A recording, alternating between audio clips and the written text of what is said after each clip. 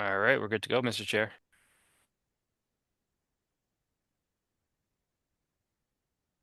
All right. So, you guys can hear me all right, right? Yep. Shane? All good.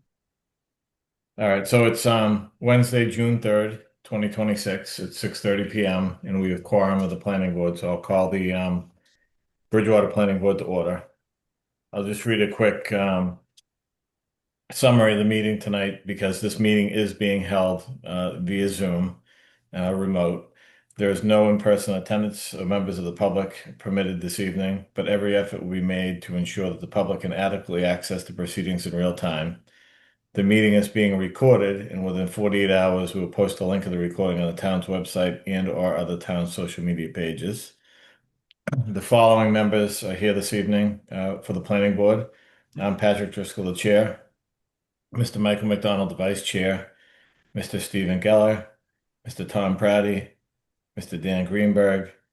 Associate members, Mr. KJ Fabrowski and Eric Costa. Um, During this meeting, all votes will be taken as roll call votes. We also have town staff with us this evening. Mr. Shane O'Brien is the town planner, Mr. Greg Tansey, the town engineer, and is Mr. Solari with us? He is, last Yep. time I checked. Yes. And Mr. Stephen Solari, the building commissioner. So at this point, all the mics are muted except for the board's mics. They'll be unmuted through the whole meeting. And as items appear on the agenda, the project's representatives' mics will be unmuted. If this is a public hearing and allows for public comment, we ask that you use the chat feature to ask your question by listing your name, your address, and your question. The chair or the host is Mr. O'Brien, who will recognize questions in order. You can also use the raise my hand feature in the participant menu and be unmuted when the chair recognizes you or the host. Again, please state your name and address before speaking, and if you're on the phone, you can dial *9 to raise your hand. So I will go to the agenda item 2. We're going to take a few things out of order. The first item we're going to take out of order is um, 593 Plymouth Street. Um, this is Barty Investment Group LLC. This is a public hearing for a proposed subdivision titled Revelation Road with 6 buildable lots and a drainage lot on 5.9 acres of land per the Bridgewater subdivision rules and regulations. The applicant is requesting a continuance to August 5th, 2026. We did receive the extension of time. That was in the packet chain, correct? Yeah, I can share my screen. Just so we have record of it. I just gotta find Zoom keeps moving stuff around. Here we go.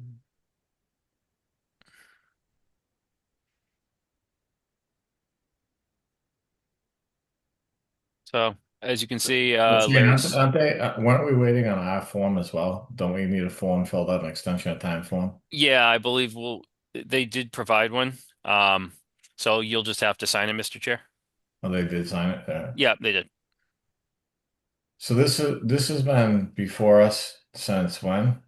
Well, the last time I believe I was watching the meeting for December 17th. I believe that they were last before us. Well, if you, no, but if you look at but not when they were last before us. When was was this submitted in December 2025? Is that What correct? the meeting? The No, no. original submit Go down. All right. September 4th. Oh, or no, the date I believe 12/31/2025. I don't believe that is correct. I think that's the latest updated plans. So if you want, Mr. Chair, I can update it because I think that's Well, I guess just, I don't know, is there any board comments or questions on the request? Do you know what the delay is for, Shane? it's to allow for time for civil engineering to finish making adjustments to the subdivision to address comments and concerns of the planning board. Um, so, I leave it up to you guys. I think August 5th is a fair amount of time away, and I think it would be fair to allow for this continuance and see where the applicant is at that point. And at that point, the board can decide if another extension is pertinent or if, you know. we don't believe that changes would be made. But And I I don't know, and I don't know people's vacation schedules and stuff, but I'm not going to be able to run the meeting on the 5th. So if somebody else wants to run it or everybody else is going to be, it's up to you guys. But I don't know how much stuff we want to put on. Is anybody else away that week, August 5th? well, we only have one meeting in July, so we'll be back on a two meeting schedule. Be August 5th, and then after that is August 19th. It's up to the board. We can either August 19th or the 5th. I can't run the meeting that night, so somebody else can do it. If Michael, if you're comfortable doing it, or if we want to kick it out to the 19th, or it's up to the board. I would Makes say the no only thing difference to me. I would say I'd be fine with the 5th, Mr. Chair, and then we'll kind of go from there because Why don't we, I asked actually to no, do we that oh, for I Shane. apologize. I apologize. I, I know I'll be gone on the 19th, but I should be here on the 5th. Is everybody else good on the 5th? No problem here. I haven't looked, but I believe so. All right. All right, so do we want to It's more move it? appropriate for our board to put it on the 19th. They've held it up for this long. We could. push It doesn't matter to me. Okay. I can't run the meeting that night. I just want to make sure there's enough people here and somebody's willing to run it. That's all. Mike, as long as Michael's willing to do that, we're good to go. Yep. If it's on the 5th, it should be no problem. All right. All right, so do we have a motion to continue this to August 5th I'll make that motion, Mr. Chairman. by Mr. Praddy? Do a second? Second. Who was that? Geller. Me and Steve. Mr. Gill? Okay. So motion by Mr. Praddy, second by Mr. Geller. I'll take the roll. Mr. McDonald? Aye. Yes. Mr. Geller? Yes. Mr. Praddy? Yes. Mr. Greenberg? Yes. Yes. Okay. All right, item 2, the continuation again. This is a site plan continuation for 1010 Elm Street, map 30, lot 20. This is a site plan review for the construction of a 27,000 square foot commercial building with parking and other site improvements. This is continued from May 6th, 2026. Again, Shane, this is something that's been before us for a long time. Do we have an update on? I know there was an email update. Is there anybody here from the team to update us? Yeah, I believe Sam Cripps from PMP is here to give us a quick update. Hi, Samantha Cripps, PMP Consulting. I just wanted to come tonight to give a brief update and also kind of reintroduce myself since this project has been continued for quite some time now. It was a site plan review for a 27,000 square foot commercial building, associated parking, utilities, and drainage. The site is currently completely cleared. And that is also the reason why we're in the situation that we are. It was getting peer reviewed through our permitting with conservation. And it turned out that the site was cleared into the buffer zone as well as the wetland area to the rear. So we've been under an enforcement order and there was restoration work needed in order to close out that process. That has finally been completed. The botanist sent his final report over to the commission. We as-built it. We're just working on getting that drawing over to the commission and plan on closing the enforcement order at the next conservation meeting. And then hopefully we can resume the NOI process and get that approved the following meeting. I believe that's kind of our expected timeline. So hopefully we will be back in front of you guys in about 2 meetings. If anyone wanted a refresh on the plan set or photos of the restoration work, I'd be happy to share. But other than that, yeah, hopefully we'll see you guys in about a month. So do you have the photos of the restoration work now, or do you want to? Yeah, I can show them. Because I know a few of us did a site walk out there. It'd just be. Mm. I think it was myself, Mr. Praddy, Mr. Costa, right? Was it Tom? Yep. Do you remember who was out there? I think it was Tom, you, and someone else. I think we had I a think quorum. it was Mike, wasn't it? Might, Believe maybe. so. So this was the area before the restoration work. It was basically just all gravel all the way to the rear property line. And they did end up finding hydric soils underneath the fill back there.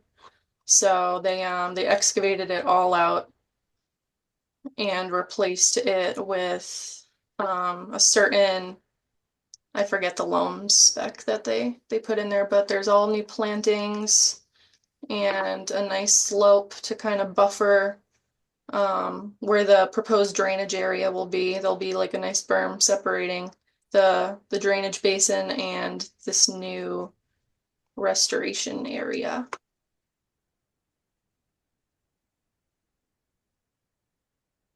I think that's it. Okay, great. So yeah. All right, so do you have a date you're looking to continue to? Probably not the next meeting because you guys are bi-weekly, correct? Yeah, the next meeting would be June 17th, and then the meeting after that, Sam, is July 15th. The board doesn't meet the first week Oh, of okay. July. So it would be July 15th would be the next meeting. Okay, I think July 15th is a good plan. Okay. Sure. So Shane, again, do we have um a extension, time for extension for them because So they're so with special permits and definitive subdivisions, we do have a timeline. There is no timeline for site plan reviews. okay. So that's why it's been placed on the agenda, and I haven't placed any information about a extension of time because site plan reviews just kind of are rolling along with no issues. All right, Samantha, would you mind submitting a formal, just a backup email or something for the Uh-huh. 15th? Absolutely. Mr. All right, so any other board discussion or questions? None here. Oh, yes, sir. All right, so do we have a motion to continue this to July 15th? So move. Second, Mr. Geller, Mr. Praddy? Any discussion or comments? I'll take the roll. Mr. Greenberg, Yes. Mr. Praddy, yes. Mr. Geller, Yes. Mr. McDonald, Yes. and I'm a yes. Okay, thank you. All right, thank you. Have a good night. Okay, so Shane, before I open up the next public hearing, 548 South Street, Yep. if we decide to take any action in regards to closing the public hearing, I think what I had, so for voting, we would have who? It would be you. Steve Geller provided me a Mullen, so it'd be you, Steve, Tom Okay. Praddy, Dan Okay, Jim. Greenberg, and Chris Fabrowski. Okay. All right, so everybody can participate, but those will be the Voting voting. participants. Yes. So just so I don't screw this up, write this down. So KJ, Dan Yep. Greenberg, Chris John Fabrowski, Dan Greenberg, Steve Geller, Tom Praddy, And yourself. but obviously everybody participates. It's just if we decide to take any action, those would be the survivors. Okay.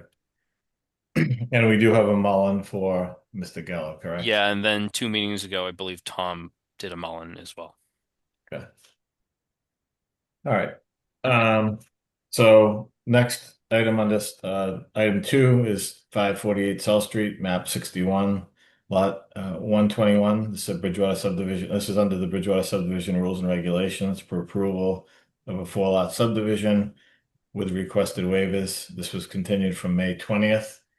So again, this is a public hearing. They're not asking for continuation, so this will move forward tonight. We'll ask the applicant to provide updates.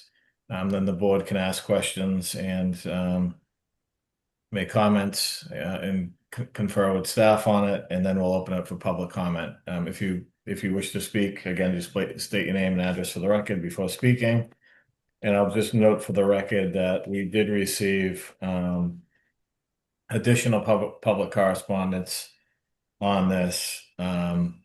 even though we met on the 20th, I believe this came in after the meeting on the 20th. Is that correct, Mr. O'Brien? I believe so, Mr. Chair. I believe I forwarded that information to you guys after that meeting.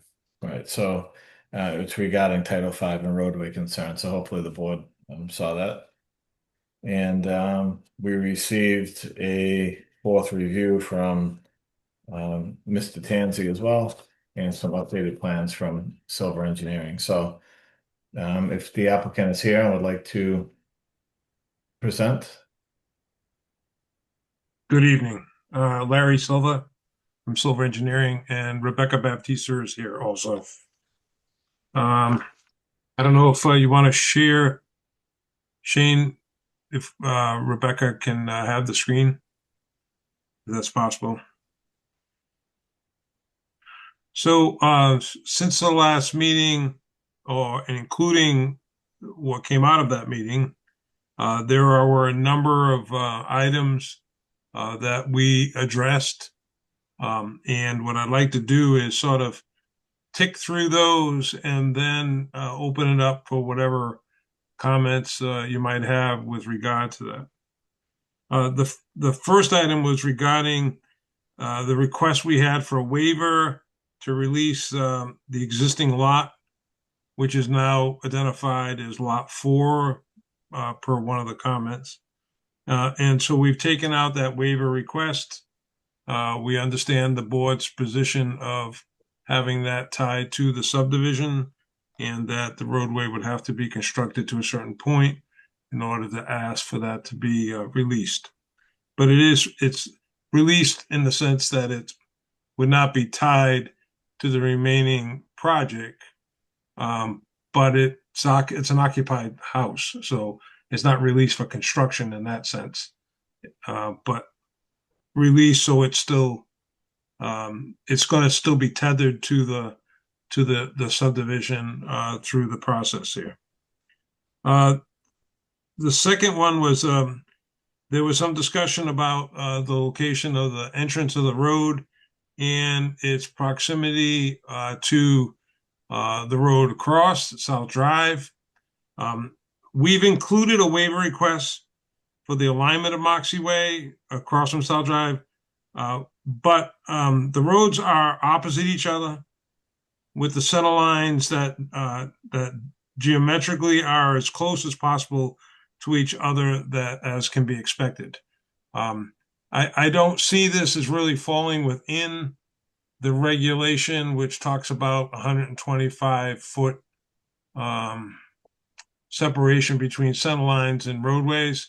I don't see that as really the case here. These roads are really opposite one another. It's just that the geometry isn't a 90-degree situation in a perfect world in terms of intersection. But as you can see, I think it's like a 10-foot difference in where the center lines are, a 10 or 11-foot difference. But they, in all intents and purposes, they're opposite one another, and I don't really, I don't necessarily agree that a waiver is needed for that, but I'm requesting one because just to make the to make it a cleaner kind of request. But also along that line, there was that discussion about how the two roads would interact, and that the existing house had two driveways coming out to South Street. We have changed the configuration of the existing driveways, so that they would be a loop situation, and that the driveway to the existing house will come into Moxie, as you can see on the plan. And there was also a question, I think, raised about the drainage, the possibility of a drainage underneath that driveway. We adjusted the swale so that it is not in conflict with the driveway. So that's that item there. There was some issue with the previous plan set, that there were a couple of layers. This is the joys of AutoCAD. There were a couple of layers that were not turned on when they were printed at that time. So there were some details that were not shown, and they included some utilities and the site trees that were not shown on the on those previous plans. Those are now on there. Accessible ramps have been modified to include the crosswalk to South Drive in the front there. And that came up in discussion. The clearing along the southerly line, it shows the trees that are to remain. I know there was questions by the abutter to the south. So there's a better understanding that those trees are remaining along that stretch. I should also say at that point too that runoff is intercepted by that swale, and it's carried to Basin B, and so there's actually a reduction in the amount of direct runoff that goes to the south to the abutting property, which was the other concern that the neighbor had voiced. The basin setback to the property line, that was subject of a review by the town engineer. And, I'll let you read his own determination, but that basically for these small 1 to 4 lot subdivisions, strict compliance has not been as they are with larger subdivisions. And so we've asked that a waiver from strict compliance with the full drainage requirement as part of our requests. The next item was about nitrogen loading requirements. And this is really a Board of Health issue.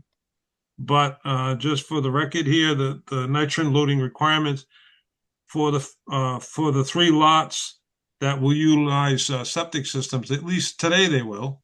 I mean, maybe we'll suddenly be opened up to septic system connections, sewer connections at some point.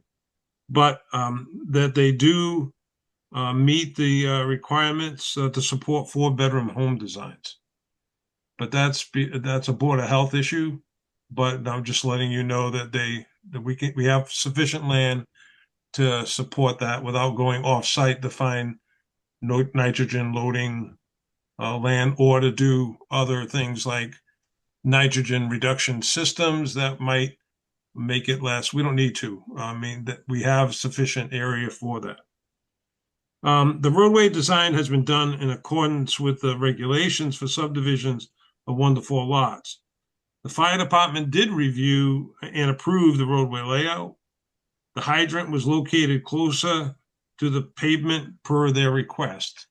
So there were some questions raised about, the fire department and everything else, but this has gone through that review. And we made adjustments based on the comments that did come back. Those are the items that we see that were still left on the table at this point.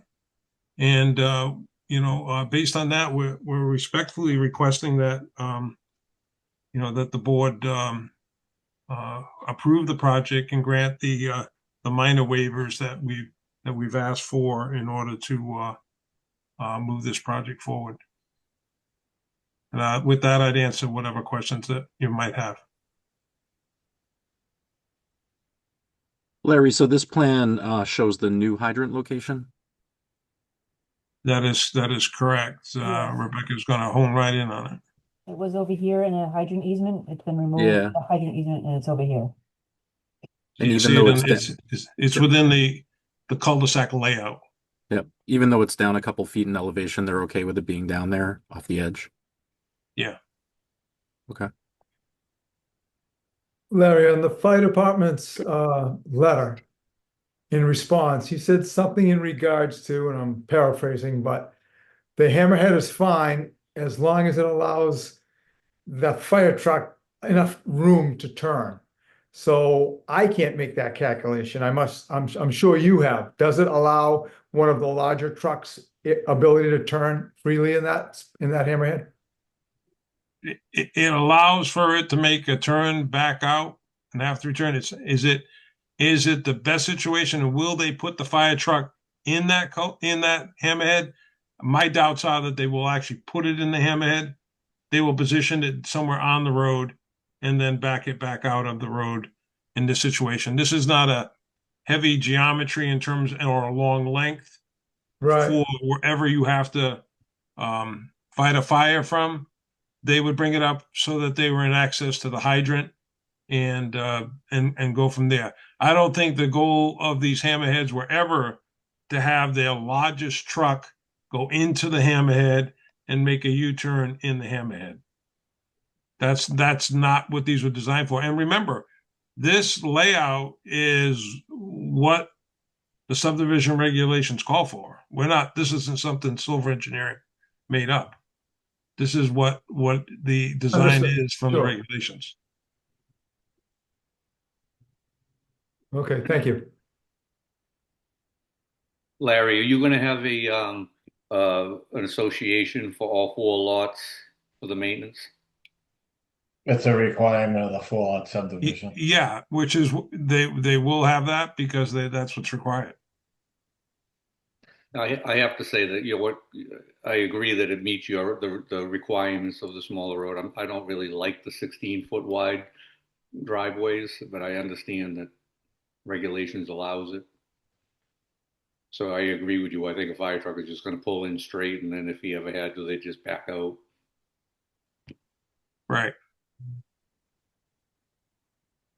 Much the same as they would do if they made a response to, I mean, think about all the estate lots that we have retreat lots that we have in the town and so forth, long driveways. They're not going in there and turning around. They go into those straight and they back out. These guys are good at backing out those trucks. Me, I would have been somewhere out in the woods, So Larry, just quick, just to follow up on the waiver request. So can you go to the drainage design on lot 3?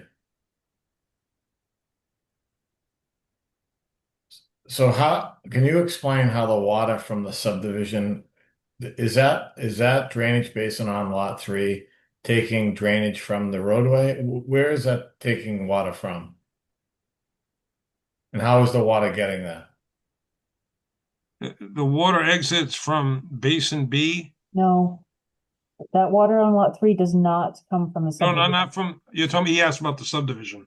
I thought he was asking about basin 3. The water. Yeah, I'm asking about basin 3. Oh, I'm sorry. Yeah, no, it's not. Lot 3 strictly is for the lot 3 dwelling. The water would, let's see, the change in direction starts somewhere mid driveway and it'll sheet flow across the driveway into the stone swale. Runoff from the house roof would enter swaling again. And anything along the front, the calculations allowed it to exit the site without any mitigation. There's a swale along the back here to encourage the water to come around and enter into the drainage basin for lot 3. So just so I can better understand, it's not a subdivision drainage basin then. So it wouldn't require an easement for access for the HOA to maintain it, correct? No. That's my understanding. So again, the design of this could slightly change given a different house style, but this would be the area designated for lot 3 only. So why was that drainage basin even shown or created on this plan? Because we always have to show how we're doing our calculations pre and post, and the board ever since I want to say can't even tell you which subdivision it started in, but it was probably back all right, but back to my a long question. time ago. You wanted to show the grading, and I'll tell you the reason why. Because you had a subdivision that was done off of Lyman Place, an older subdivision, that when the guy went to develop his lot, he had trouble because everybody around them had designed drainage in a way that put him in a hole.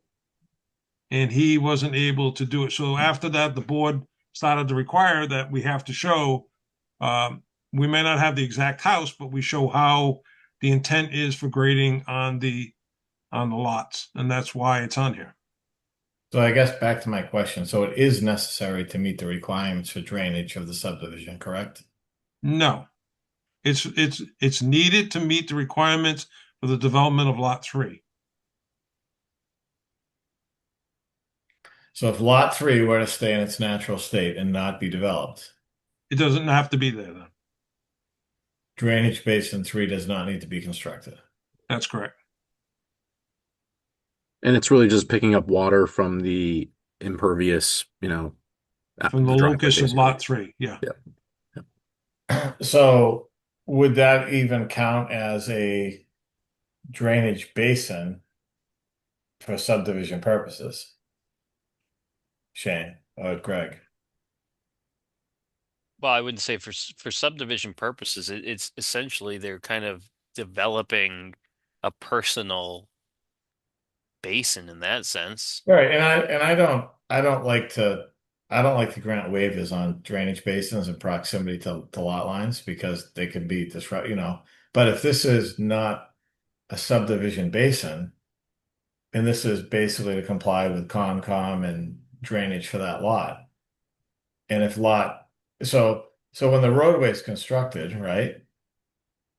And lot 3 is not developed, this does not need to be constructed as part of the roadway drainage system. Is that correct, Greg? That's correct.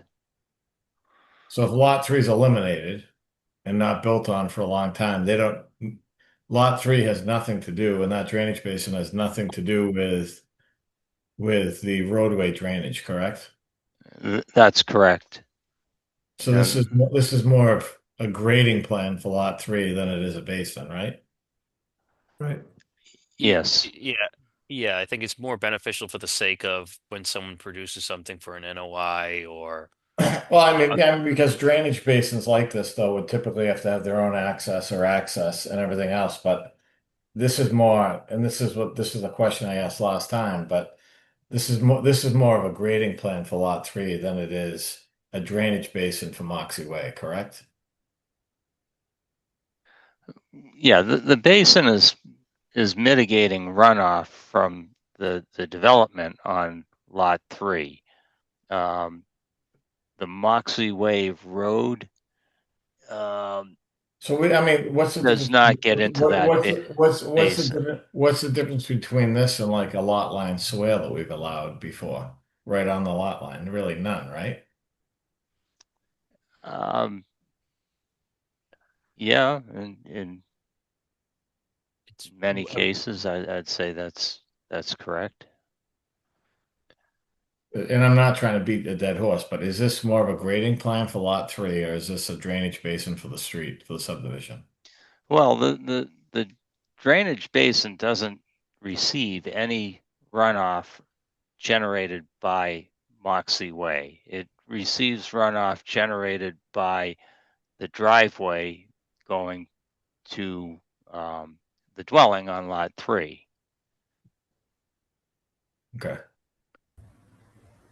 But if they decide to change lot 3 through Concom or something, and that graded area changes, they don't have to come back to us for a modification because it's technically not part of the subdivision, correct?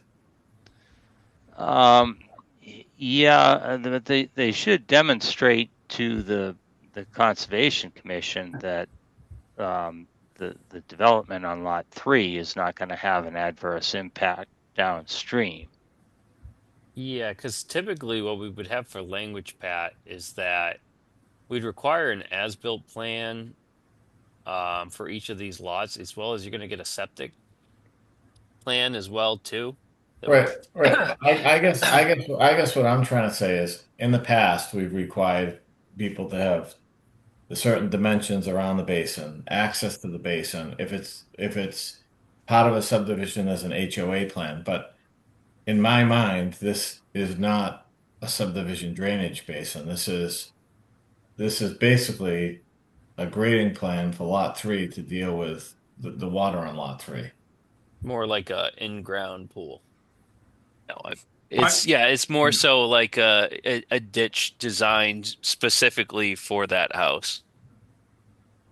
By the same token, Mr. Chairman, if say lot 3, when the developer of lot 3 decides, well, I really don't want to have that basin there, and decides that he wants to put it in chambers and so forth and achieve the same volume control, then he's going to ask that of conservation, and that's what he's going to do, and he's going to flatten out that area. But I'm just trying to stay consistent. So this is really not a subdivision drainage basin, correct? That's correct. Mr. Tanzi? Yes, it's a basin that's there to control the runoff on lot 3. Just like we would ask for a swale or anything else, correct? Correct. What type of volume should that see? Very little or a lot or? No, it's a small basin. I was kind of surprised they didn't just go with roof chambers and. Well, that's what I was going to ask. So the roof chambers aren't on this, but they're on a different screen. Where are the roof chambers for these lots? On one plan that shows like a pipe going up, or are there no roof chambers on these houses? There is a plan, there is a page further down that shows the roof drain section behind the building. I thought that. Rebecca, if you go down a couple pages. Right there. If you zoom in on the back of the house there's the roof drain area. Is that detail provided in the detail sheet? I just don't have it in front of me. Not at the moment. They would need to be shown on the individual site plans as they're developed. Which again would probably depend on the house, much like the basin, which may or may not be a basin. It may be infiltrators or something else, I would assume. All right. All right. Greg, the alignment of the streets, right? So we've received 4 or 5 letters from abutters about safety, and that's one of my concerns too. So how does, in order for us to grant waivers, they have to be in the public good. So how does the alignment of this street being off 11 feet from the center line of Salt Drive, does it impact safety at all? Is it safer? Is it less safe? Is it ideal? Why do we have that as a regulation, and what potential issues are there with it the way it's designed? Well, the reason for the regulation is you wouldn't want, say, somebody coming out of a street. Let's say Moxie Way was 40 feet to the south. You really don't want traffic pulling out, taking a right, and then stopping to take a left. Yeah, something like that.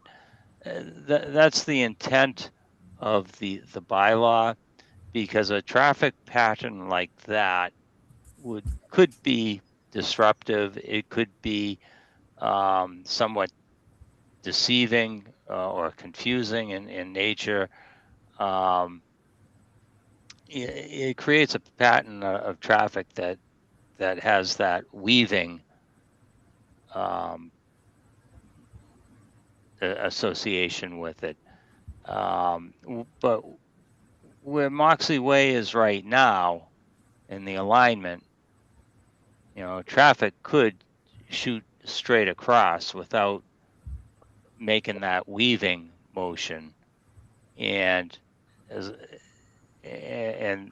thus that disruption that's caused by that weaving motion really doesn't exist in this layout. So is it a non-issue? Is it better this way? Is it better to be, directly across? I mean, I don't think there's really that, much of a difference or an adverse impact, given the fact that Moxie Way is, it's a 4-lot subdivision. It's not going to see a high volume of traffic. What the applicant has done is he put that bend in Moxie Way to assimilate a straight across and through flow of traffic. To do that perfectly,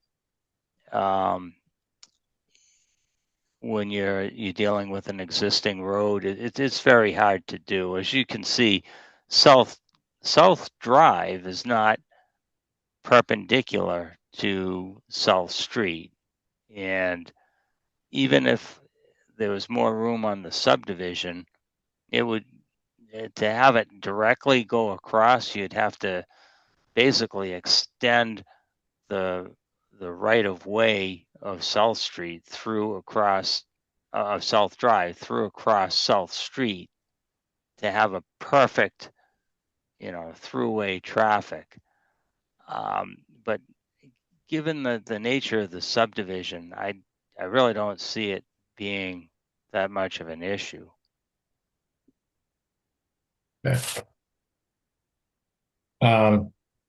Is just the applicant, did you guys look at that? Is it possible to shift that over a little bit to pick up the 10 feet so it complies, or is that not possible? It really isn't possible to do that. It further constrains the existing house site. It makes everything just sort of out of whack. And as Greg says, it's not like South Drive comes in at a 90-degree. So it's already skewed to the north as South Drive comes into South Street. All you're doing is you're making a wishbone as opposed to a straight across. There's no way to really take that straight across. But if you look at where the travel way is, as Greg was pointing out, the lanes really do align with one another. They're not, if you're in a car at Moxie and you wanted to go across the South Drive, you're basically going straight across at a slight angle. That's what you're doing. You're not in conflict with anything. Larry, what's the width at South Drive? What's the width of the entrance? The width of that entrance on South Drive? So the width I would say it's probably 22 to 24 foot.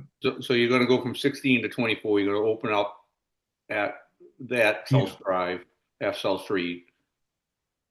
Could maybe you just open the mouth up bigger so that they can make that right turn? And the big other part too is if somebody's coming out of that, if somebody was coming in and somebody going out at the same time, how would that work? Well, that's what I was thinking, because one of the things that comes up about this is the school traffic, I was looking at that, is it possible to almost pave a wider mouth, I think that would help correct, especially on the north side, to try to achieve better alignment. I mean, it is a very congested area, especially. I think if you have concerns, maybe just asking for there to be a stop sign there, I think is maybe. Well, I think we're gonna have to have that there regardless, right? Mhm. I'm thinking that a stop sign is going to basically provide that mitigation that you're asking about.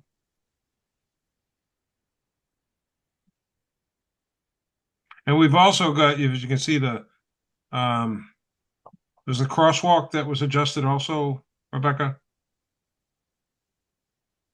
Yeah, right here. So both driveway entrances have been removed, and that granite will be replaced. Those will be closed off. I'm Yes. sorry, what you were asking? The granite open. There's two granite curb cuts there. That granite will be replaced. Yes, that has to be closed off.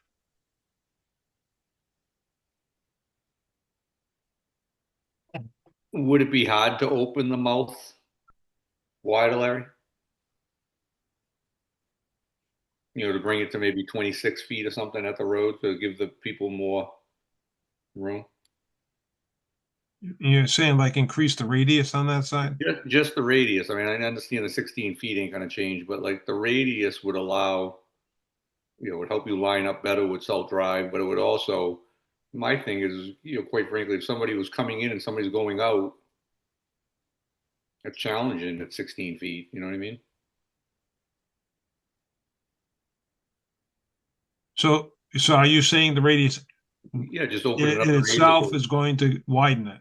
Yeah, just open them. Oh, yeah, I mean, I don't know what the others, if they Just agree. on the northerly, on both sides? I would open both sides up at the mouth, yep, and give yourself, it lines everything up better and it gives the people, if somebody was pulling in and pulling out at the same time, they'd actually be able to get in. I don't know what the others feel about that, but Mr. Tanzi, what do you think? Would you agree that opening it up, the radius at the street would help that issue?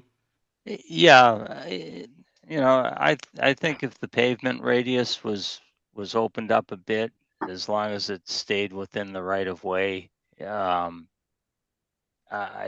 really don't see that being any big issue, and it would, facilitate the access going northbound on South Street. It would help you line up as well. Yeah, I mean, with the alignment, I mean, any car leaving Moxie Way will just go across South Street and access South Drive. The traffic flow will never have to take a right-hand turn out of Moxie Way and proceed northbound on South Drive and then take a left-hand turn onto South Drive. It'll just be cutting across. If the traffic had to take any distance, traverse any distance on the northbound lane of South Street in order to access South Drive, I would say there'd be an issue. But the traffic flow just cuts straight across. If the alignments aligned perfectly, that same traffic pattern would still exist. A straight cut across. Yeah, the more that we push Moxie Lane on the north side up means that you don't get that lineal. You might have more of a bend in it to get to South Drive. I do like what Mr. Fabrowski is saying about the mouth though, because most of these, and I can't remember a subdivision, a full-out subdivision that we've done, and this is a busy area. And I think the abutters made good comments about safety. I just think that if we could open that up so if a car's leaving, another car can at least get off South Street. You know what I mean? Could that, does that work right? Just so traffic continues to move there and Rebecca, what are your thoughts? Increase the radius of it? The radius can be increased until it hits this conflict of a handicap ramp. It's probably only about a 5-foot width in here, so if we've got a 20, we may be able to get a 25. I'd have to just double check it. This one we have a little bit more room. then could a car leaving and a car coming in both get off South Street safely with enough room? Yeah. Yeah. Yes.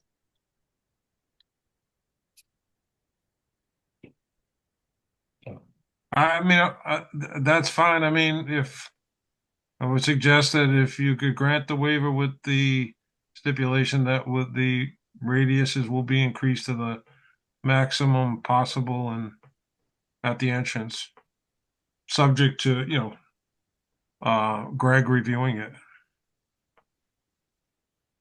Okay. Larry, what about, another comment we get repeatedly when good comment, just want to address it, is the Title V stuff. Can you explain how the small lots will have to be deed restricted with the other lots and how that is going to be achieved? It's not, they're not deed restricted. Basically, there's a stipulation in Title V that says that if you're in a zone 2, you have to allow for 10,000 square foot of area per bedroom, Or the alternative is you can do denitrification septic systems. So you can actually put a pre-treatment on the septic. So that's a way of doing it. But if we weren't doing that and we were using conventional septics, we just account for three houses with four, that's 12 bedrooms. And so that's the 12 bedrooms needs times 10,000. And there's that calculation right there. And you see that it's 123,000 square feet of area. And so we have it. Well, in one of the comments that I read that we received on May 20th talked about the maximum permitted bedroom count to actual lot size. So once lots 1 and 2 are conveyed out, and lot 3 has their own lot, what prevents lot 3 from adding more bedrooms?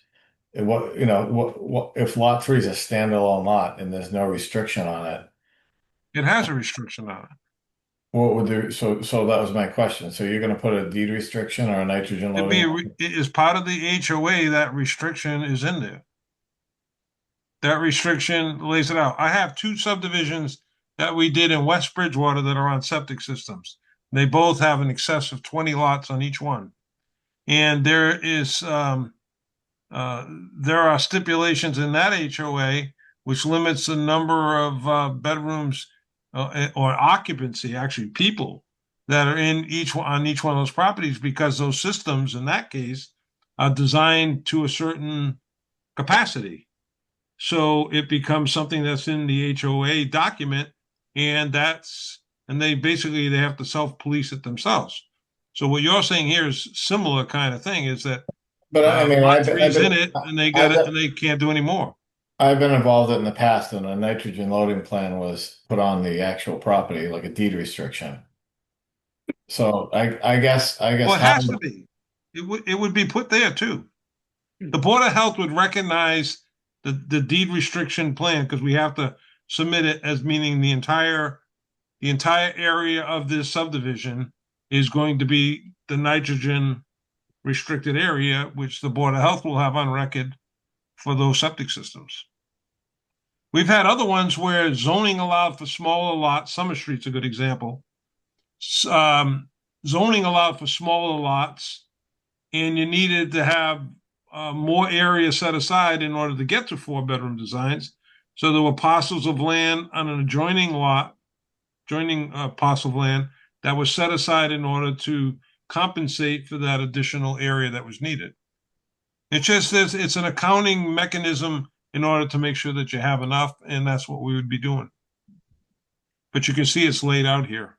And Shane, that's something we'd discuss for a possible condition if we wanted to move forward with this, and that would be tied to the HOA as well. Absolutely, as well as this plan's going to be recorded at the registry, and every deed's going to refer to this on there. We just have to be, pertinent and aware a little bit more when it comes to the permitting process. So whenever we get to that point of lot 3, conservation's aware, as well as staff and Board of Health is maintaining awareness for these. I mean, this is all changed now too, like the ADU thing. So all right. So But really, this is a Board of Health issue. This is really not a planning board issue. And to the extent that you need to have it documented, we're doing it, but it really is a Board of Health issue. Yeah, as well as just when you brought up ADUs, Pat, we do refer in our documents for ADUs that these ADUs comply with Title V. Yeah, all right. The last thing I had one of the last sheets, you guys had the underground utilities missing. Is that added in now? Yeah, they were so far underground you couldn't see them before, but now you can see them. Yeah, it was missing the water line. It was missing the trees. It was missing some test pit data. It was missing in the profile. It's all turned on now. How about the limited clearing that we talked about? Did you update that at all? Because we had some concerns about. The limit of clearing is still the limit of clearing. It's just a matter that it's actually limit of brush clearing. It's not necessarily the removal of trees. we've highlighted the trees to remain. This side in particular is mostly brush clearing. So the only clearing that's going to take place is what's shown in red. Is that correct? That's correct. Correct. Red or red symbols. You see, Yeah. like those trees in the beginning, those are trees that are being removed. The red brush areas are being removed. The ones that are in black are the ones that are staying. All right. Any other board questions at this point? Just a general comment back on the how the roads align. I don't particularly think it's a big issue. I think we have worse ones, even like further north on South Street, like where Maple Ave comes out close to Pleasant Street, and there's like a little subdivision right across from it. I don't know how often those houses go straight across. I don't know if we have issues there, but it seems kind of a minor thing for me. Was able to quickly throw a 25-foot radius next to the 20, if that was something that you wanted to entertain the idea of.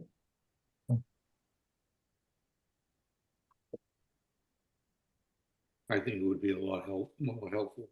All right. Any other board discussion? I'll open it. We can come back, but if you guys are good, do you want to open up the public comment? I'm good. Good. Just before we open up public comment, we did receive that May 20th, 2026 letter from Elise Burden of an abutter. So, all right, at this point, I'll open it up for public comment. If you would like to state your name and your address for the record. Shane, do you see any public comment? If you would like to raise your hand, I think Carol Lefebvre, you have your hand raised. Let me see if you can unmute yourself using the space bar or the unmute feature. You can speak. Mute. You're good. Okay. Carol Lefebvre, 566 South Street. Whoops. I had questions in relation to the HOA. I'm not familiar with how it's governed and the role that the town government has in ensuring that they adhere to what they agreed to as far as maintenance and basically maintenance of the property, the roadway, the plowing, the debris removal.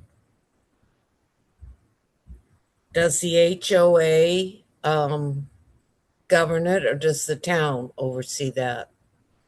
Because it's private property, it's not a town road, correct?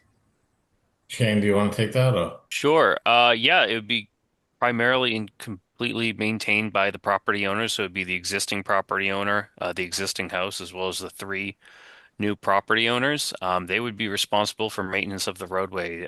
Being a private roadway, the town would have no responsibility over anything other than the fact that, any water lines, if something, it was damaged or something, the town would have responsibility over repairing water lines. But in regards to overall maintenance, the town would have very minimal requirements to maintain anything on the roadway. So it'd be really dependent on the benefit, I guess, in terms of maintenance. You're going to have four property owners who are going to be paying into an HOA and having, meetings and what have you. And they're not going to want their roads not plowed. So they're going to have to plow their roadways and properly maintain their roadways as typical for private subdivisions that exist in the town of Bridgewater. So trash, all that. So just to piggyback on that, so Shane, I don't know. Typically, water lines in a private way might not be public. So, Well, if a fire hydrant's damaged, it's not like we do, it's private, but we're I kind mean, of that's for the water, but Correct. but the water line may not be public. It may be private. Sure. So, but the other thing is that we do require an HOA document that we review prior to releasing any lots to make sure it clearly outlines the responsibilities of the owners for the lots, for the roadway, for the drainage basins, and we require that it be tied to the deeds in perpetuity. So we ask for the recording information to ensure that the homeowners association is in place and on file on each lot, before we release any lot. So that would even apply to the existing house before we could even release that existing house, because that existing house is now part of this HOA. We would need that recorded and reviewed. But ultimately, it would be like a condo association. They'd be responsible for the grounds, the maintenance, everything. With a condo association, there is a head of the committee of the homeowners. Would be the same with only 4 houses? Typically, this- it's set up. Typically it's set up that way, or all 4 people could be on the board. And typically, they'll have in the HOA, there'll be a maintenance fee. So they'll essentially pay a condo fee every month to ensure that there's reserves for the road and maintenance, etc. That's how they should function. Yes, I guess I'm asking is what happens if they don't function? What recourse do abutters have? Since it's not town property, it's not town maintained.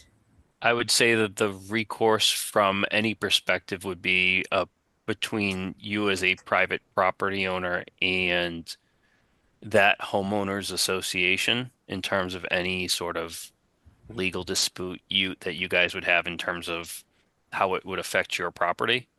Yeah. But I would say that, yeah, that's pretty much that. That's what I was afraid of. I have one last question in regards to, I guess it's called Lot 3, which requires conservation to let them go forward with building on the other side of the ditch, the stream, whatever it's being called. As to building on that is going to be part of the HOA or not part of the home of that group? All 4 lots are being proposed as part of the HOA. All 4 lots. So that lot would be, yes. So conservation would have to approve the building of some access to that piece of land. Yes? Yeah, they would need an order of conditions, which you guys would be notified of when that would happen, as well as for it to be properly built on, a certificate of compliance would need to be done, which means that they met all the requirements of the original order of conditions. And typically it would require a DEP file number, and also Mass DEP typically would review that wetland crossing, and that I based on the plans that I've seen, it would require wetland replication as well. Okay. So that ditch would be, well, it would It would be continue reviewed. to exist, though. It would still be there. It wouldn't be blocked or filled in with this proposal to build.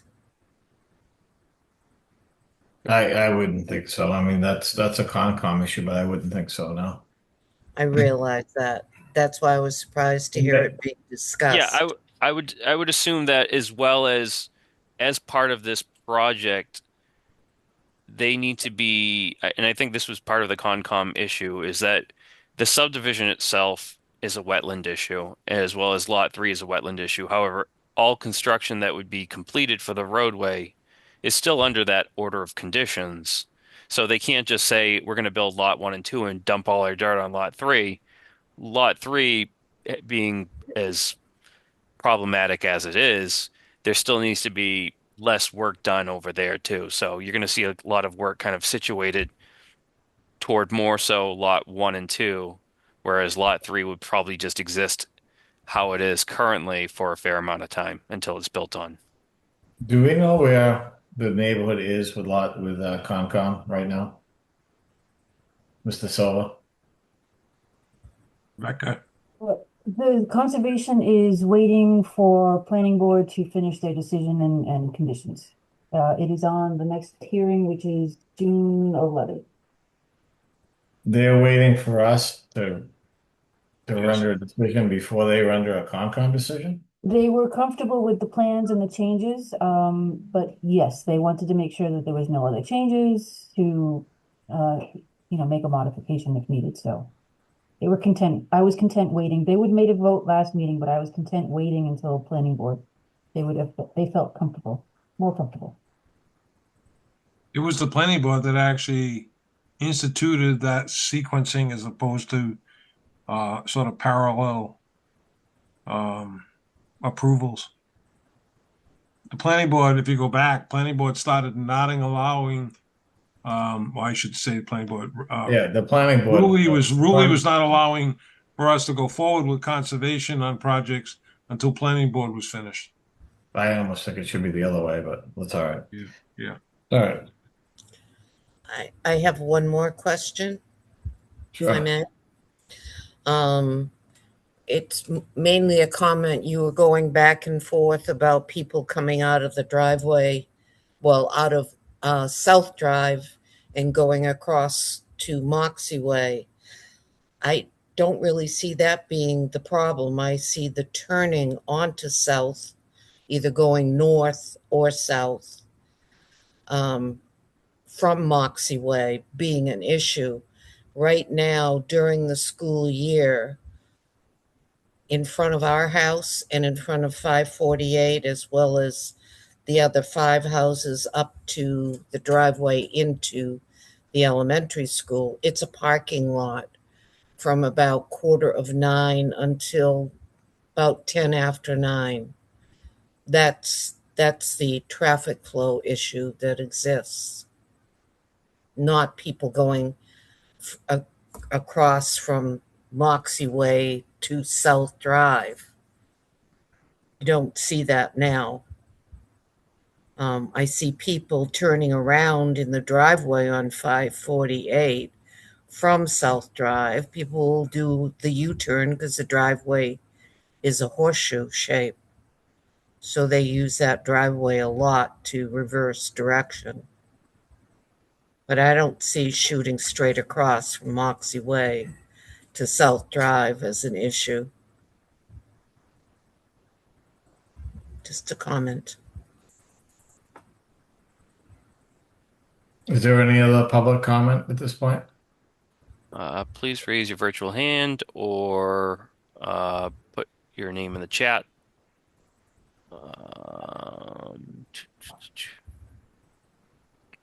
All right, I do not see anyone with their hands raised, Mr. Chair, nor do I see anyone in the chat. Can I ask one more? Sure.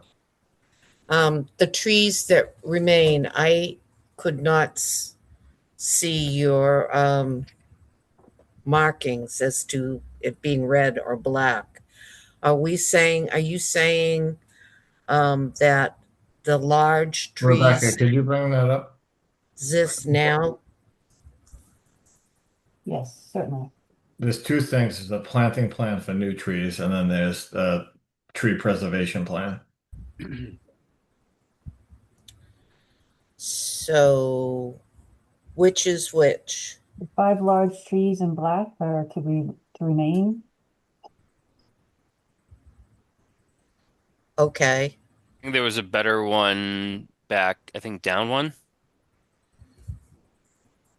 The smaller green circles are new plantings. I know, but I don't think there was another plan that you guys had. Okay. Maybe down one? This one?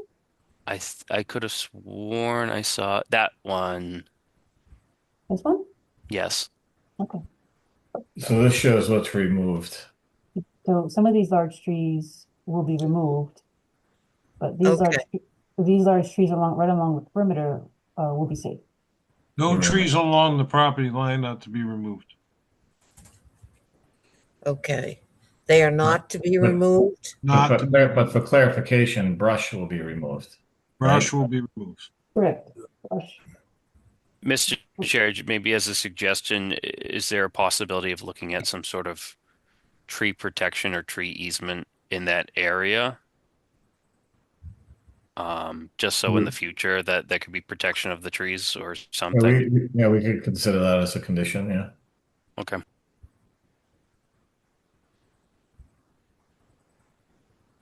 Thank you. Thank you. Okay. Is there any other public comment? Do not see any virtual hands raised, nor any other hands raised, nor anyone in the chat, Mr. Chair.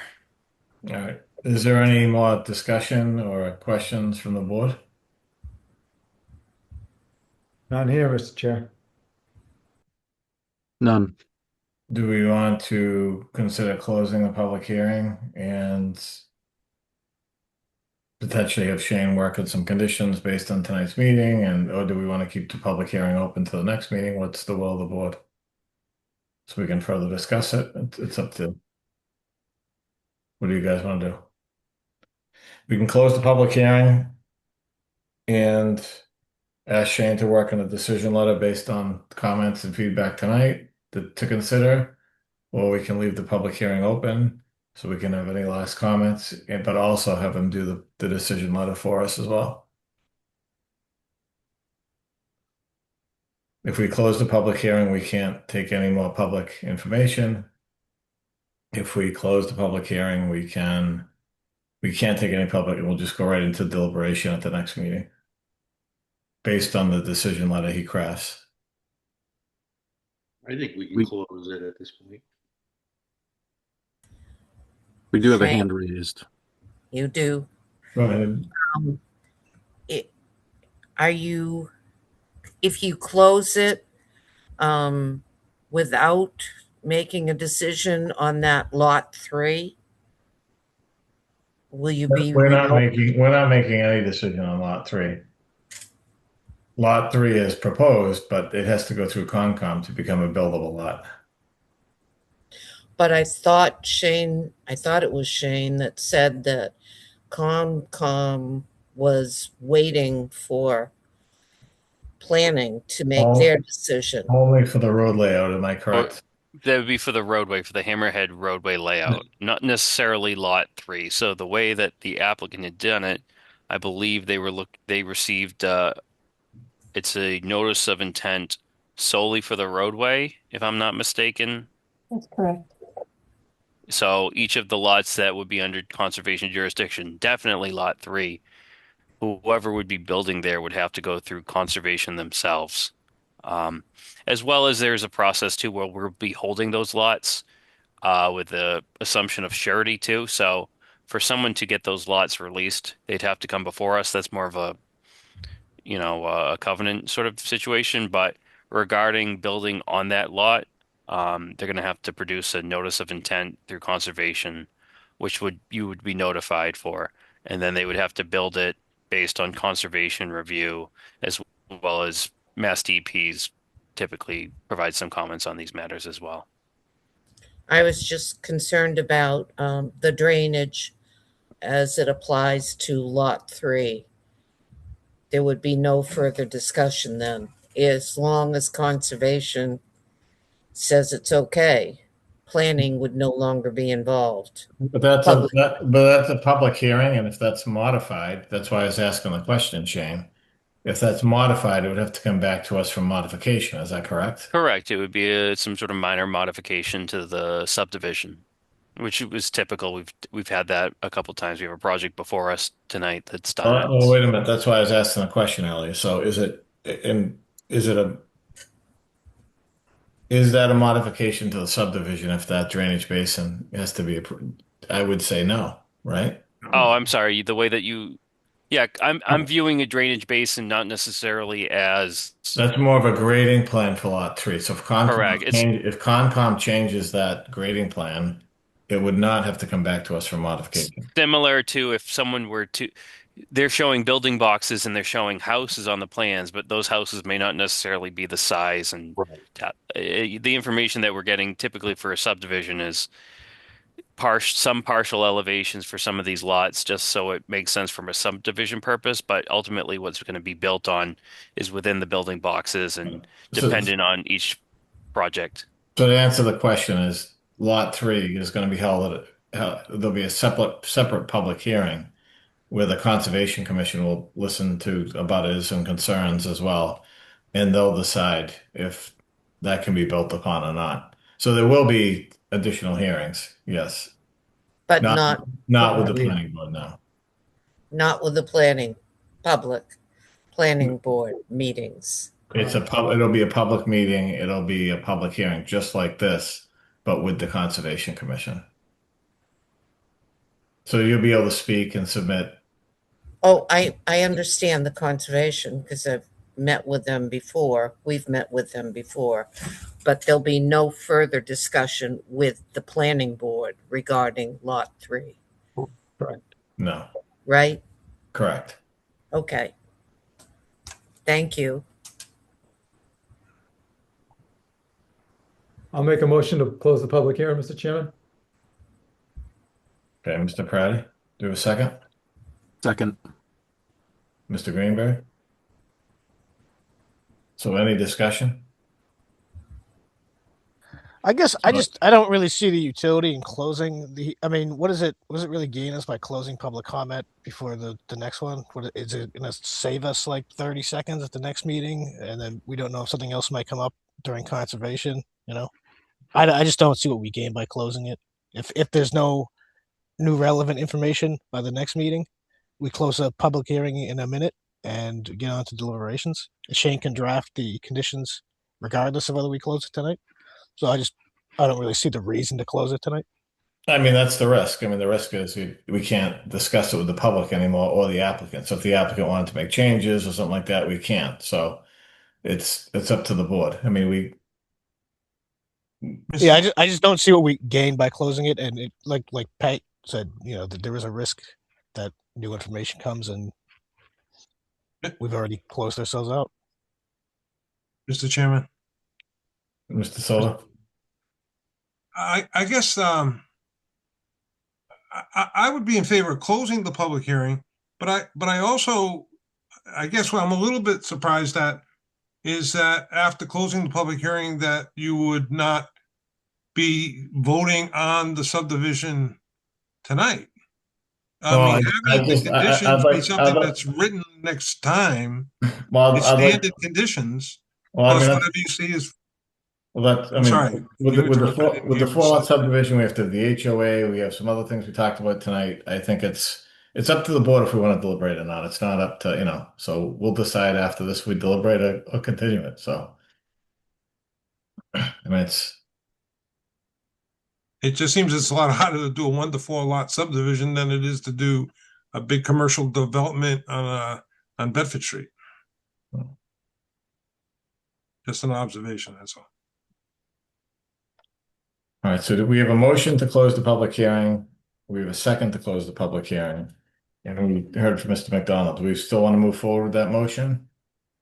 Mr. Chairman, I will withdraw my motion. I kind of agree with Mr. McDonald that there may be no public comment, but we may as well allow it to happen. I just want to see, and I want to, the last couple of. I also think it's good for the planning board to see the final decision letter, and I agree because the last couple I don't think it's a good process that we've had. So I think we should have almost a final decision letter for the board to review before we vote on the project. So I'd like to see that done with the HOA in it, with the comments that were tonight, and then we can consider it and vote on it. So if you want to remove your motion, that's fine. Mr. Geller would have to remove his second. That's me, and I didn't Yeah, saw. Mr. Greenberg, I had G down, Mr. Greenberg, I'm sorry. I'll remove it as well. Okay, so there's no motion. So do we have a motion I mean, the intent would be to, Shane, gather all this information tonight that we talked about, put together a draft decision letter with these comments about radiuses, with about tree easements, with the HOA. You and I can work on it. We can get it to the board. Yeah, I can update in my advance. memo. Yeah, I can update my memo, which I do typically provide decision language for consideration as part of my memo packet. So I can update that memorandum or create a new memo that would have All the new conditions. The past conditions that I did provide, as well as the updated conditions as we spoke of in this meeting, just so we have something that's a little more tight knit for that next meeting, which I'm assuming would be June 17th. All right, so do we have if we don't have a motion to close the public hearing, do we have a motion to continue it to June 17th? So moved. By Mr. Praddy. Do we have a second? Second. Mr. Greenberg? Any discussion? I'll take the roll. Mr. Fabrowski? Yes. Mr. Greenberg? Yes. Mr. Praddy? Yes. Mr. Geller? Yes. And I'm a yes. Okay. Thank you. All right. Moving on, we have Mr. Fabrowski. Do you want to go black, or do you want to log off and somebody can send you a text or something in a few minutes? Or Whatever's easiest. yes, I think let me grab my agenda. I think the next one up is the one you said you wanted to recuse yourself on, right? I could kick you out in the waiting room and bring you back. Yeah, we'll just do I'll that. still be able to watch it though, correct? Yeah. No. No. Just black out and don't participate. Turn your mute. Turn your Just mic black on. out. And turn You're your audio blacking. on. You're leaving the room. The room. I'm trying anyway.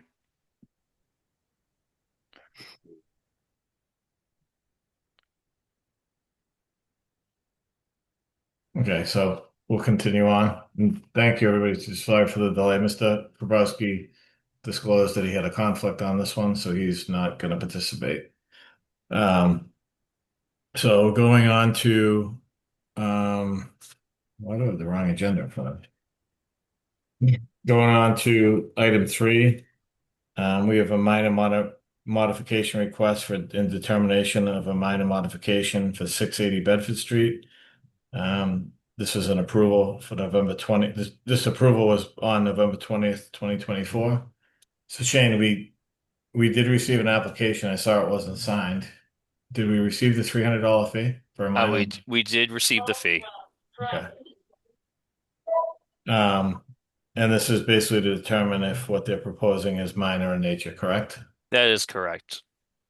Okay. And just a point of clarification, I did get initially the emails came from the owner. I apologize if it wasn't necessarily signed by the owner, but all my correspondence came from the ownership of this property. Say that again. All correspondence that I received prior to the minor modification application came from the owner of the property Okay, so we did receive a letter and a check.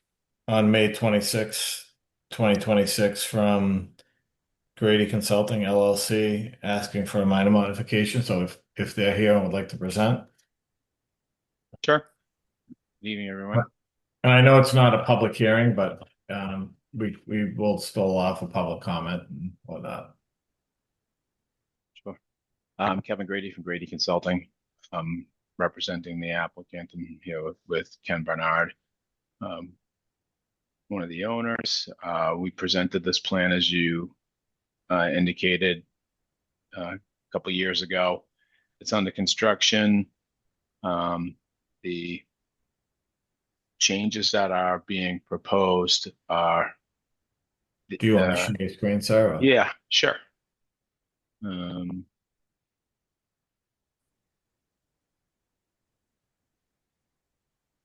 see that?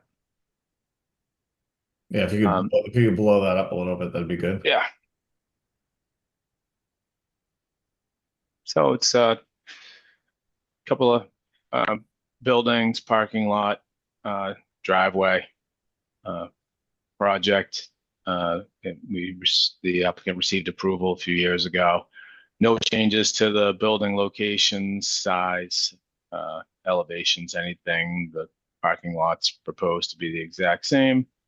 The only change proposed is relative to drainage on the site. The majority of the drainage is associated with the roofs and the parking lot. None of that is changing, none of that infrastructure. What we are proposing to change is a swale, a crushed stone swale that's located on in the back of the property. This drainage basin that is associated with 620 Bedford Street, the abutting property, overflows through a overflow weir onto a crushed stone trap. And what we proposed and got approved was a crushed stone trench that infiltrated any overflow from this basin, and put it and directed it to the low point of the property, which it would naturally do anyway. We just have to crest this elevation. What we're proposing to do is install it. Just for clarification, is this work done yet or is it not done? This work's done. It's done, okay. Yep. So we are proposing to put an end cap on the swale to eliminate any discharge to the abutting properties. I have a detail of the crushed stone swale. So any water that spills over into this goes through the crushed stone and goes to the bottom of the swale. Water will infiltrate. In a larger storm, it may crest up and reach the pipe. By capping that, it will have to fill up and spill out over the top of the trench as opposed to discharging out of this pipe toward the abutting property. That's the only change that's proposed. Everything else is the same. There's no change in configuration of the lotting, no change in any of the zoning calculations or data. Just so I've got just better understanding, isn't this designed to actually infiltrate more water than there is currently in terms of runoff? Correct. So we're not allowed to increase the rate of runoff from the proposed development. And Mr. Tanzi, this reduces it by 10%, right? It does, yes. So theoretically, I mean, nothing should ever really come out of that pipe anyway, right? Unless you have a really heavy storm, and the proposed change will result in an overland flow rather than a point discharge out of a pipe. And an overland flow is a very mild, it's a subtle flow. It's the preferred way of discharging stormwater runoff, and that's what this modification will do. So you think this is better for the abutting properties? Oh yes, yeah. All right. Yeah. I mean, I can meet with the contractor or the applicant's engineer out on the site if they want to go over it or walk it or whatever. But the approach that they're proposing is definitely going to be an improvement. As you pointed out, it eliminates the point discharge and spreads it out over the trench. All right. Any other board comments or questions? Not really. I just getting to the point. I would personally consider this a minor modification. I know that's the first thing we have to, discuss. So yeah, I have another question. So since this piece was conveyed out, right? But this is part of the approved site plan. There's going to be an easement provided to us for this trench in this drainage area. There wasn't one approved or requested previously. But it was under the same ownership. Right. There was a sale of ownership where the expectation was that you guys owned that back parcel, so you guys maintained the back parcel, but there was a I mean, sale. we would require an easement for this. So, And with that easement, because there's nothing could that like, there's could nothing that easement be released if a new project were proposed here that mitigated stormwater? I would say yes, right? I would think so. But so I would because I mean that's the process anyway. I just wanted to make the point so that it didn't cause any potential issues on future development.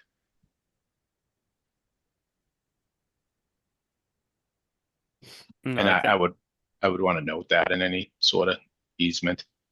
yeah, I would say that the I easement, think that'd be fine. Just yeah, I think that's appropriate for the timeliness of it. If the new property owner is going to, either do something that matches or improves that, then that's fine. But in order for, I guess, for you guys to meet the conditions of your decision, I think that easement would be appropriate. Just because it was a change in ownership. If it wasn't a change in ownership, then there wouldn't be an issue. But because there's a change in ownership, there's got to be some sort of maintenance easement um, for that. Yeah, I mean, I think the easement could say that it either has to be this design or a new design that achieves the same goal. You know what I mean? Yep. So if there's a bigger basin put back there someday that takes water from the existing gym, from this site, from abutting sites, and it improves it, I think that benefits everybody. But I think in the meantime, there's no protection I mean, this could be removed right now, right? There's no restriction on it. So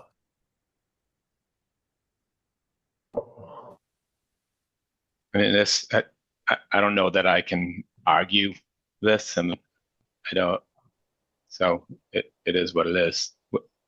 This lot could have been sold and after occupancy, et cetera. You can't foresee every possible scenario down the road.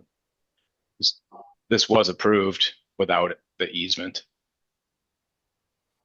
I think it's fine with the language you have, but I'm not the owner well, or the buyer. But this was presented as part of the site plan, so the site plan would be changed. Well, It'd have to be a modification. I chime in here. So when we did the site plan and we presented the site plan and got it approved, everything was done on the front lot. That rear lot had nothing to do with the plan, and we didn't use it for drainage. We didn't use it for any of the calculations. The intent was to either use it for a different building, which we couldn't get an easement to get a different building back there, or to sell it. The only reason why that swale got proposed was because the gym owner, his detention pond, which is ancient, was failing. And, for some reason, they kind of, I guess to make him go away, said, hey, why don't you put in the swale to help him out? I mean, if there's ever going to be a problem back there, like, it really should be on the gym owner to fix it. I don't, that's the only reason why that was even proposed, is put there, was to help his issue with his failing detention pond. Greg, do you have any thoughts on this? Well, as far as the easements goes, I mean, you probably should be in an easement. Other than that, the swale will function as intended. I mean, I guess the other option is you do a modification to remove it from the site plan, right? Or you do an easement. But that would have to be, we'd probably do a major modification. Like that would be the other process, Shane, right? Yeah, I think that would be the other process. I just think that in terms of the appropriateness of what they're trying to do, as well as I think there was some language, Kevin, in the letter about a proposed well too, for the rear building. I just wanted to make sure that these items came before the board because it wasn't something I could administratively just kind of take care of. With the change in ownership of the back parcel, changing to the pipe and the well, I just wanted to make sure that I ran it by this board. I would deem it all kind of minor in nature. It's just, yeah, protection of, you know, that easement because that back parcel could potentially not be developed, but we would want to make sure that, the proper channels are still put into place with any easements for that swale and that perforated pipe. But yeah, that the capping of the pipe came about too, having a conversation with an adjacent property owner, just in with the concerns for for an outlet and illicit discharging or discharging in general. So that capping kind of just keeps the water onto the site, for that property. The protection of this landowner from the lack of maintenance from 620 as well. They're being Well, I mean, adversely I impacted by that. I think you have time. I mean, it's part of the proposed it's part of it's part of the approved site plan. So we either have to ensure it stays there or you submit a modification demonstrating it's not needed or you create some language that allows for what you guys are trying to achieve there. And I think we all want that. I think we all want a better drainage area back there. So I think if that's an easement, that's fine too.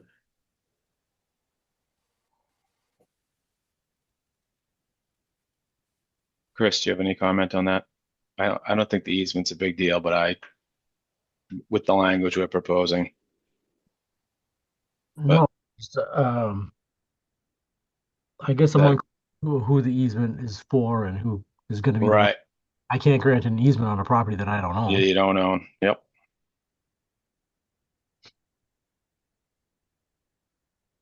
But you guys can work that out. I mean, we're not ready for your occupancy anyway, but it's just something that, when we have drainage swales or drainage structures on other properties tied to a site plan, we always require an easement. And that's to ensure that it stays there, right? Yeah, I hear that. I mean, I guess I guess that, when we originally proposed this, we kind of did a favor more or less for 620 to help him. And now the guy behind him with what was already approved has an issue with it 2 years later. And we're like, okay, we'll try to fix your issue too. So we're proposing to put a cap on it. And now somehow or another, it's still Right. up. Why does somebody else try to take some of our problems away instead of us trying to fix everybody's stuff? And I understand, but if it was proposed based on it was approved based on a public hearing and it was approved as part of the drainage, we need to ensure that it's built and is there for that purpose after we sign off on it. I mean, I think we can achieve what you're trying to achieve. If the area is going to be upgraded and there's going to be a better drainage system put in and it accounts for that flow, I don't see any issue with that. Yeah, it's just having it on the record. Right. It's just an issue that they don't own it anymore. So I'm gonna have to figure that out. We did put language in the sale. So at the closing, in the sale of the property, there is language in there that says that if we need to maintain it or do anything to it, repair it, get it, make sure it functions, there is language in there. So we do not own the property anymore, but we do reserve that right. Yeah, and Shane, like we either need an easement or a modification. That's the only way the board can handle it, right? Absolutely. That's why we're here. So we don't own that land anymore, and that's part of the site plan. You either need to modify it so that's removed, Yeah, and demonstrate that it's not needed, or we need an easement. yeah, understandably, when something's presented in a full package, you can't sell part of the package without kind of letting the board know if you want to kind of proceed in certain ways. So that's kind of what we're doing here. Like I said, I see this as very minor. It's just making sure that this goes through the proper channels through a minor modification and we get a updated site plan on the record that reflects what's currently there. What are you talking about, Shane? We're just talking about the cap, or are you talking about the easement? Easement cap, all of the things that are shown on the plan, change in ownership. Well, the change of ownership is shown on the plan now. No, I know that. I'm just saying the other plan didn't show that. Okay. Shane, wouldn't creating an easement be a major modification at a legal standpoint, though? I mean, Who No, asked that? I don't know who asked that question. I can't see. that was Eric. All right. I wouldn't say not necessarily because, and it's really just kind of something you're drawing up on a plan or some legal What language. was the question? I didn't hear the question. Go ahead, Eric. I said, wouldn't it by a legal standpoint be a major modification if they created an easement, though? Not a minor modification. I mean, I guess it can go both ways, but I mean, wouldn't you want to know what's going on? I would say that if it's built and it stays there and there's an easement, if it achieves what it's supposed to achieve and there's rights for that owner to maintain it and keep it there and access it and it achieves the same thing. I would think an easement would be a minor. I think if they tried to remove it and demonstrate they don't need it, then it would be a major because this came out of a public hearing, Mhm. I'm not even sure if just an easement on its own would even be a modification. So I don't really see that as tied to it. Well, it'd be a minor modification. You'd have to create an easement on the site plan. Oh, I see what you mean. Okay, yeah, I get you now. We'd have to modify the site plan to account for the easement. Gotcha. Yep. It's minor, and it's just like this. It's minor, but yeah, that makes sense.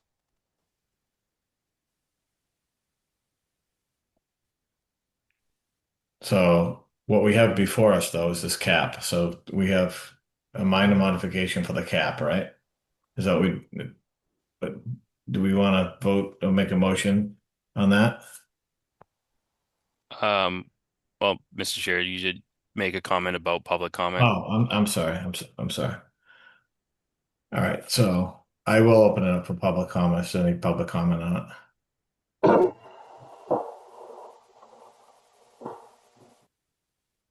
Is there anybody from the public that wishes to speak on this? We have an Adam Hansen with his hand raised. Oh. Hi, good evening. My name's Adam Hansen from 25 Swift Avenue. I am also part of the ownership group of 620 Bedford Street. Just wanted to address a couple of things here. I think it was Chris that might have mentioned this, that, the back part of this property was not part of the approved go forward. The big thing that we're concerned with is a water issue, and there was piles of loam on that property around the time that we took ownership 2 years ago, and we had big water problems. We also started maintaining that detention pond shortly after taking ownership of the property in 2024 as well. We haven't seen the water issues that we saw before when we were a tenant from the prior owner. We thought that we were working in the spirit of neighborly coexistence when we agreed to the 2 foot by 2 foot swale. We thought it was a pretty small request, and I think it was done in a matter of days, right? So, one, I'm a little concerned that, we're being painted in the light of neglecting our property. Two, I'm a little concerned that this property was sold after the approval for the site was made, which to me, I don't understand how that could happen. Again, in the interest of being a good neighbor, we got to do something to make sure that that's going to be maintained by the developers. If not, what's sitting here as a minor modification, I think we might have to go back to the drawing board to see what, let's take that property out of here and look at it, holistically, saying that parcel is no longer part of the plan. So that's one of the things that, I'd like to, just make sure is put on record. Okay, thank you. All right. Anyone else have their hand raised or anyone in the chat? And just to Mr. Hans's comment, that I think, the main thing is that the pipe and the drainage structure stays there and that just has to be done. I think we can achieve that through the easement process. Yeah, I think that's the biggest key. I don't see anyone else with their virtual hand raised, Mr. Chair. Or anyone in the chat. Okay. So we're just talking about capping the system at this point, right? How would the if we get the minor modification for the cap, do we have to come back for a minor modification for the easement? Or should we be continuing this, drawing an easement and coming back? I don't probably think think that'd save you another filing fee and Yep. another, Yep. you could modify the Yep. application, right? correct. So we that can that is yep. so we And can push what this. else what else do you want on this plan, Shane? Add it? Well, I don't think it was in the application, but we had discussions in the past that the applicant was looking to do a well in the rear parcel. They had considered connecting a well to the rear building. They're no longer doing that because they Okay. do have water. Understood. Okay, you're just making sure because yeah, that came up a couple times just in our discussions prior to you guys filing. And I just wanted to make sure that that wasn't something that I could make a determination on, that would have been part of any minor modification, but We yeah, discussed that there's they're going to go with town water. sure thing.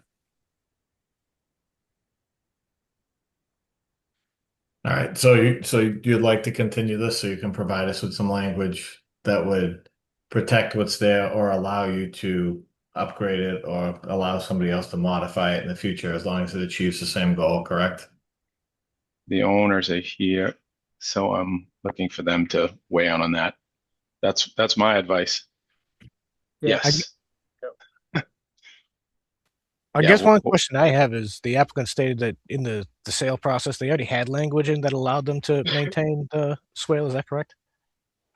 Yeah, we just need that language, like, to record it. Yeah. all. So do we actually like need them to go through an easement process if they already have it like kind of in the sale? Like if they just provide us with what they already have, would that be sufficient? Well, the plan has to be updated to reflect the easement. Yeah, that's the biggest issue in terms of making, because, I could say that, Michael, you need to now maintain my yard, but Yeah. we did it on Well, a site plan. The easement's actually the language. The plan would be an exhibit, Right. merely showing where it lies on the ground. hmm So Yeah, I think that's appropriate. We need, recorded easement and the plan updated showing the easement, that's all. But yeah, I think we can get that achieved at the next meeting. yeah, I'd request a continuance so we don't have to go through the process again and go from there. All right. So do we have a motion to continue this unless there's any other board discussion? Is there any other board discussion? Did we close public comment? I've had my hand up. No, you can go ahead, sir. Go ahead.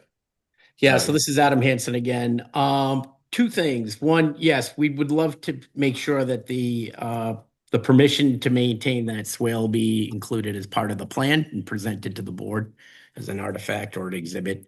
The other thing too, and I don't know if this is the forum for that, but as the buildings are going up and we're seeing like some of the grades come to be, if you look at the north side of the buildings, they slope towards our parking lot. And just had a question for the owners or for the engineer. Are there piped downspouts there? Because, with the grade at the back of the buildings as it looks now, and I know the construction isn't complete, it looks pretty steep, that all the runoff for both of those buildings will be headed right towards our parking lot. And we have some concerns about that, and I just wanted some clarification.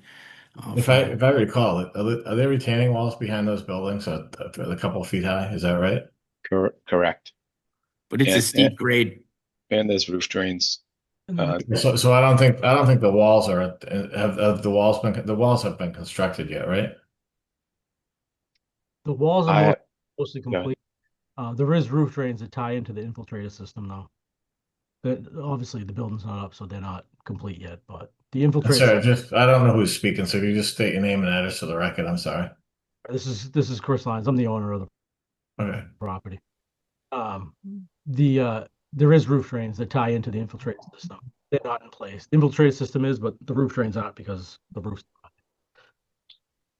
So Mr. Hansen's asking about the grade behind, but there is a proposed wall, right? Correct. If I remember. There And is, then yep. And is the wall on the lot line or off the lot? it's along the lot line. And that has not been installed yet, or it has? I haven't noticed it. So Most of the wall and the grading is complete. Not the very end of the back of the property yet, though, but the majority of it's complete. So it does slope towards his property. But the stormwater analysis is reviewed and there's only a small area that slopes towards his property. As before, there was a larger area. So we've reduced the amount of runoff and we've shown it in calculations that there's less runoff during a storm event going toward that property than there was prior to the development.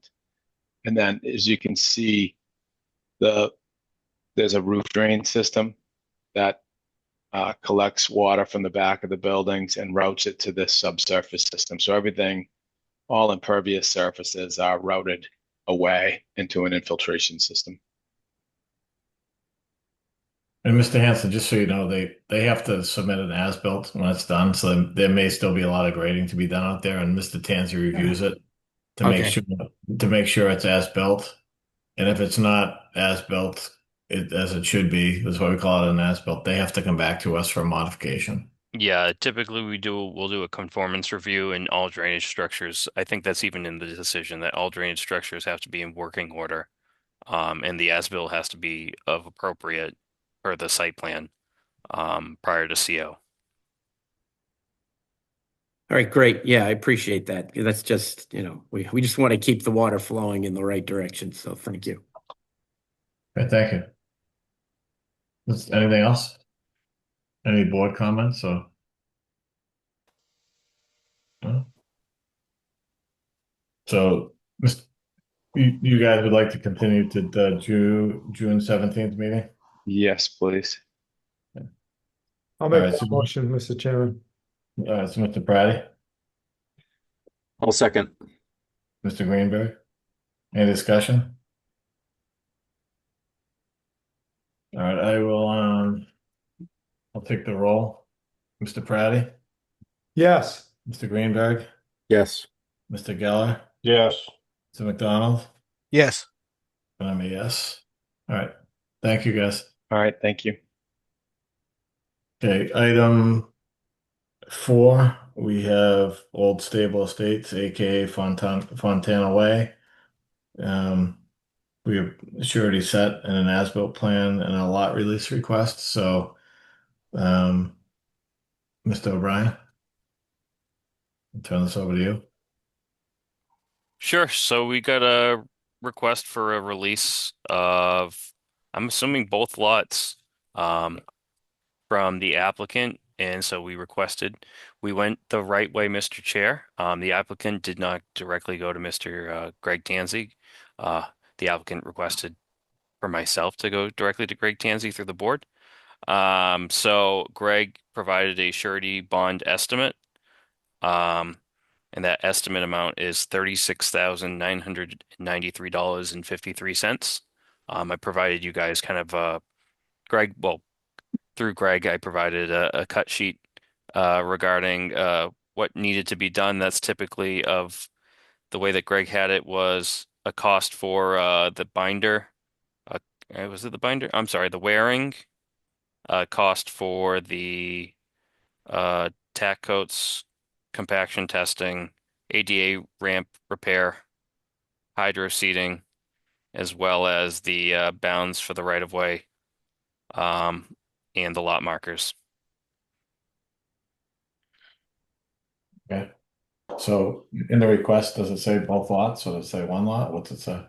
It says lots, so I'm assuming both lots. Mr. Iafredi, you meant both lots, right? Mm, Can you hear me? Yeah. Good evening, Bob Iafredi, 378 North Street. The remaining work that Mr. Tanzi put the numbers together for would be for both lots to be released. Yes, please. Okay. Do we have a motion to, Shane, do you want to give the exact number? I wish I I could go know back you to. sent it. I know you I'll, sent I'll pull. it. I had it on my phone. Sorry. That exact number, Mr. Chair, for surety to be held would be $36,993.53. Mr. Chair. Yeah, Mr. Iafredi, go ahead. Excuse me. I do have, if the board is comfortable to release both lots, I do have one request. I really only need one lot to be released. That would allow me to transfer title and move forward with a building permit, that I could sell it. Then I could have the funds to make the $36,000 cash surety. If you would hold lot 3 until the surety was paid and just release lot 2 tonight, that would be helpful. If you don't want to do it that way, I understand that also. But I was going to offer that with a $24,000 worth of work to be left over. That third lot's worth 10 times that. So you'd be well covered if you felt comfortable doing that. What are the thoughts, Mr. O'Brien, Mr. Tanzan? How did we handle it recently with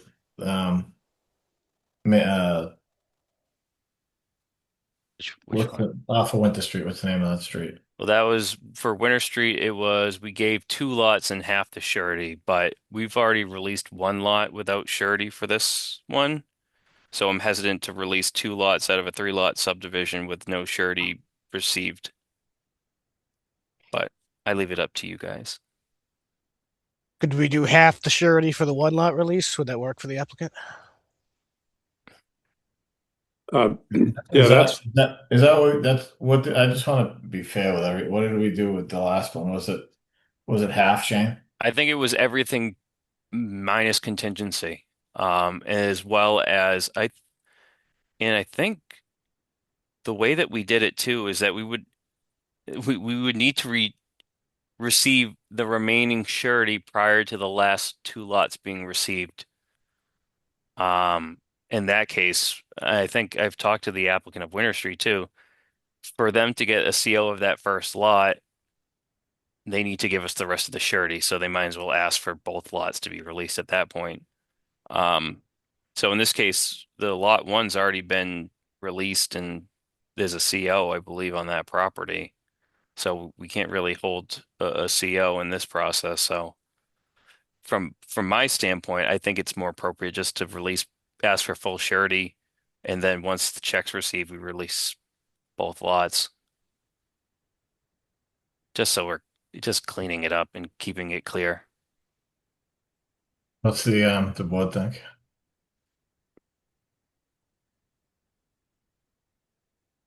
I mean, I'm amenable to doing that too. It's just,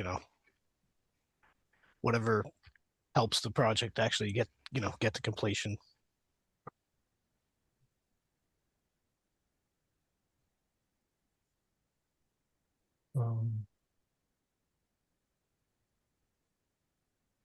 But I think if they need liquid funds now to finish and sell the first property, I think and they maybe can't.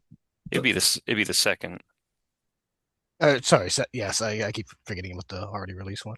So if they maybe can't meet the full surety right now to get that second lot finished and sold, but I think it's in our best interest to make sure that they have enough, capital to finish the entire project. So if we just take half now and then hold 1 lot, I think that protects the town's interests and allows them to complete the project. I agree with that. I agree as well. You guys want to do half and one lot.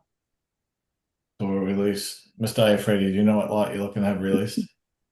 I'm looking at transfer title on lot 2, but I think, yeah, if you give me the opportunity to do half, then I'll probably do the other half within a few weeks and have them both released. And I'll give Shane the full surety once I pass papers on lot 2. So it won't be long. Well, you have to give us you'd have to give us a surety prior to the lot release. The half, only the Yeah, half. you have to give us the half, right? I understand. Why don't we do this? I'll give you the full surety. You can release both lots. Let's make it simple. I didn't think it was going to be that difficult, so I'll just pay the full surety. We'll get the both lots released. Bob, when you came into our office, I told you what it should have been. Okay, well, now I agree. I didn't think it was going to be that difficult, but I can do the full surety. Thank you for considering, though, board members. I appreciate that. I'm okay either way, whatever, which half or one lot or whatever. It's whatever you want to do. Thank you. So, Mr. Iafredi, you don't want us to consider the half and half? Oh, it sounds to me like it'd be simpler if I just came up with a full surety, and then you can see me at the end when we're all done. All right, so it's up to the board, not up to Mr. O'Brien. So do you want us to consider half and half, or do you want to do the full amount? I mean, if he's willing to do the full amount, then yeah, I mean, it is the simpler, easier way. Agreed. Figured, All right.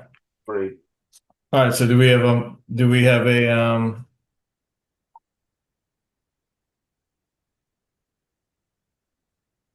motion? So moved. Mr. McDonald. So the motion is to accept the surety to accept surety of $36,993.53. Yes, sir, that's correct. And release the 2 lots once that's received. That's a cash bond. Yep. Okay, so motion by Mr. McDonald. Do we have a second? Second. By Mr. Geller. Any discussion? Nope. All right, we'll take the roll. Mr. Greenberg? Yes. Mr. McDonald? Yes. Mr. Geller? Yes. Mr. Pratty? Yes. And I'm a yes. Good, thank you. Thank you very much. Thank you. And just for board clarification, I'll try to write something up for Friday. But if anyone wants to come in and sign those lot releases, I'll send an email. All right.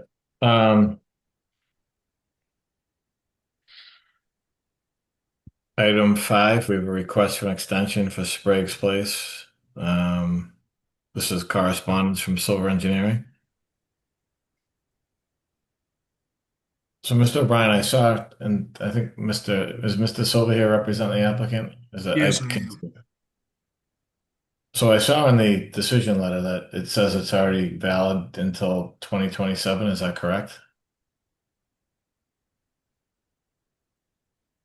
Mr. O'Brien? Yes. So based on the most recent Permit Extension Act, items that were supposed to expire, I believe I think it was from 2023 to 2025, were automatically granted essentially a 2-year extension. So the way that I reviewed it is that this item would fall under that. So I believe Mr. Silva just wants to kind of clarify that and look for a little bit more of an extension based on the beyond that time frame. So do you agree with those dates? Yeah, I'm fine with those dates. It's just a matter of, yeah, I'm fine with that. I just wanted to make sure that, Mr. Silva had asked for the board and myself to look it over. So I don't have any issue with it. So when was this approved? 2018? Is that long ago? Yes. I think to clarify this though, we're basically wanting confirmation that extension is to that date. The problem here is that there have been extensions granted by the governor on projects, and what we find is at the local level, sometimes they're not being applied. And so we want to make it clear so that somebody isn't coming in and saying that our project is expired, and it's not expired. And so if you go back to do you have the letter Can you share the letter that I sent? I can pull that. And I think Larry, you and I have talked about this particular project too. And we were in regard- agreement through our emails, but we never really had an email saying that the board or that you agree on a particular date that is the expiration date. And that's all we're looking for, is to have that shown. Sure. Shane, did you review when was this? This was a 2018 approval? Yeah, but you guys did an extension it was a 2018 approval, which you guys got an extension. Larry, can you correct me if I'm wrong? Was it in 2020 or 2022? I mean, things. Have you reviewed the decision letter? Does anything need to be updated as part of the extension? No, regarding the extension, no. With the extension, I think you guys just extended it out a couple more years, and that But I'm saying this. So this is 8 years old. Have you reviewed the original decision letter? Or can we get a copy of that? Yeah, I can provide a copy of that if Just so we know what we're extending. sure. I can let me see. I can provide. Let me share my screen if I Oh, can. but we don't need it right now. I mean, Oh, no, absolutely. No, I can provide that to the board. The Briggs Place I decision mean, as well as because your opinion is that this is already good to 2027, but just before we grant them another year on top of that, we should probably know what the decision letter says. sure. That's fine. But what we'd Just like to have just to is clarify is, I'm a sorry. letter that says that you agree that it is now till the 27th. If you provide that at this point, at least we know where we stand. Even if you don't act on any further extension, at least we have that as an agreement that that's the expiration date. What data Shane, what did you reference to determine that that's valid? That would be the most recent permit extension act. So it was pretty much anything that was expiring within 2023 and 2025, essentially the way it's written up. And even then we've kind of had problems with it, but this is probably my third permit extension act, is essentially saying it just gives 2 more years to those projects that were expiring. So when did this expire? Believe it was June of 2025, what the letter says, Larry. You just took it down. July 10th, 2025. But it didn't expire. Correct. It was supposed to, but then everyone got 2 more years on top of it. Right. So just to clarify, is Mr. Silva looking for an additional extension, or he just wants us to confirm? I really at this point just want agreement that it's till the 27th. 2027. Yeah, But I guess That's all I really want. and I guess that 2-year extension granted it to that time frame. I just think we need the information on that, though. I'd like to see the permanent extension act, Shane, right? Yeah, and Yeah, I'm going if to you want. suggest that you should do this for all your projects, so that somebody's not out there thinking that their project expired and it isn't. Yeah, Except for the applicant to come in and do. I mean, we can't track. Well, it. no, it isn't. It isn't. Well, there's been one project that claimed that they were under the COVID permit extension act, but I told them that project had expired because it did go past the 2 years.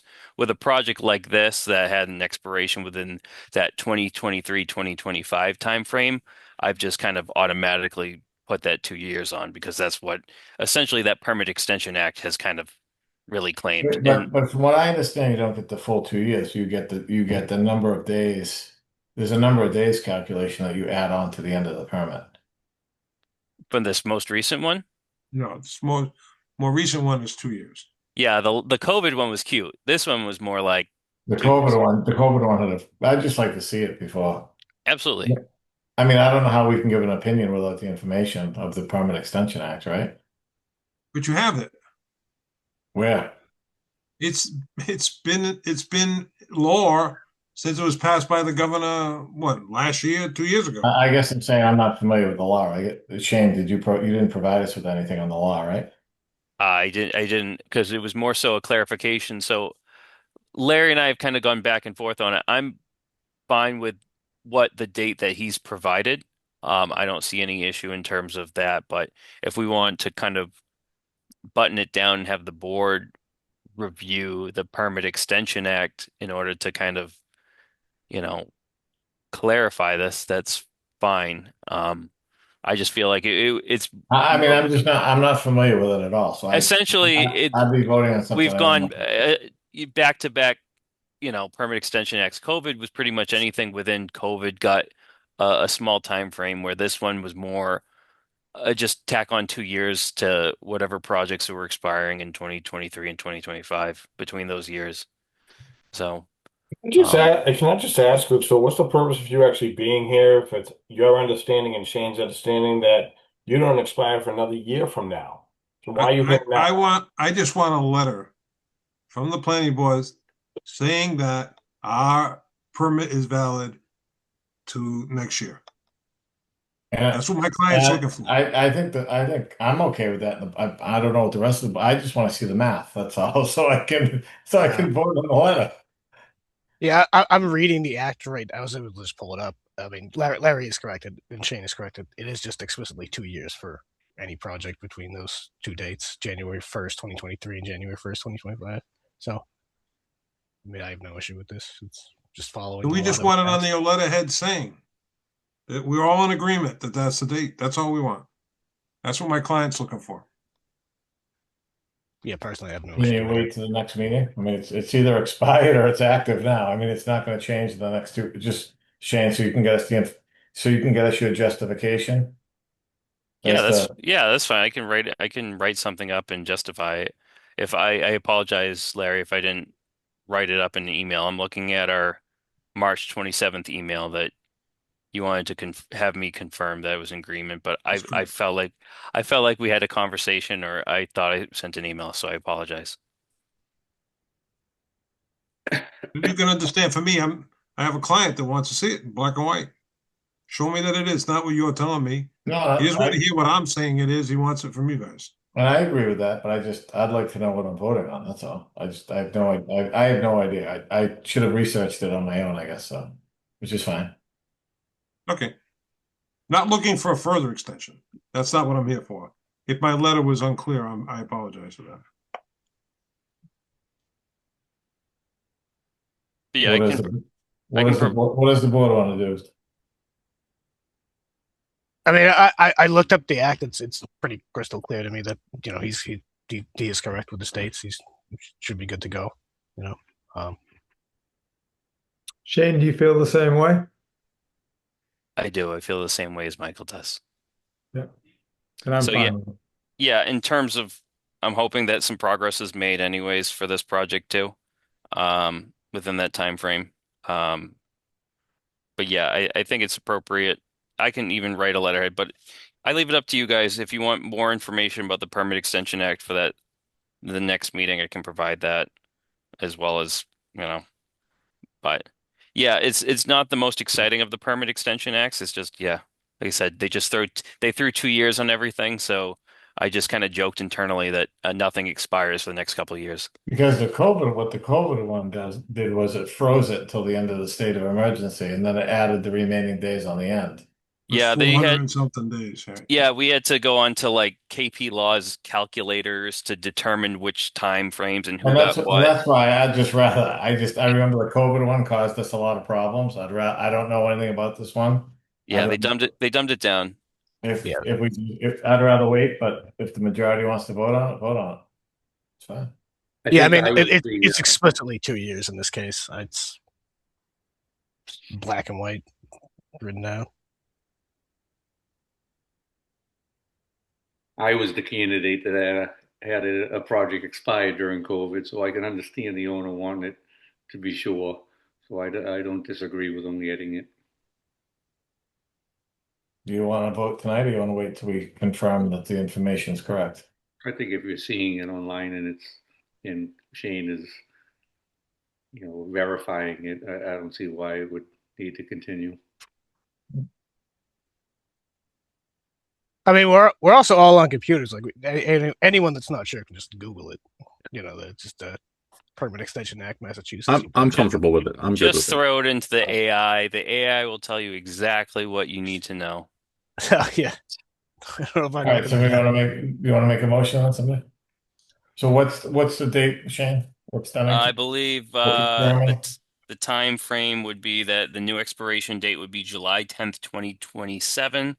So it would just be we'd be writing a letter to Mr. Silva and Reveal Realty Trust, just stating that the expiration date for Sprague's Place subdivision, based on the Permit Extension Act, is July 10th, 2027. So All looking for. Okay. Do we have a motion for that? I'll motion that we provide them with that letter that we will follow the state law.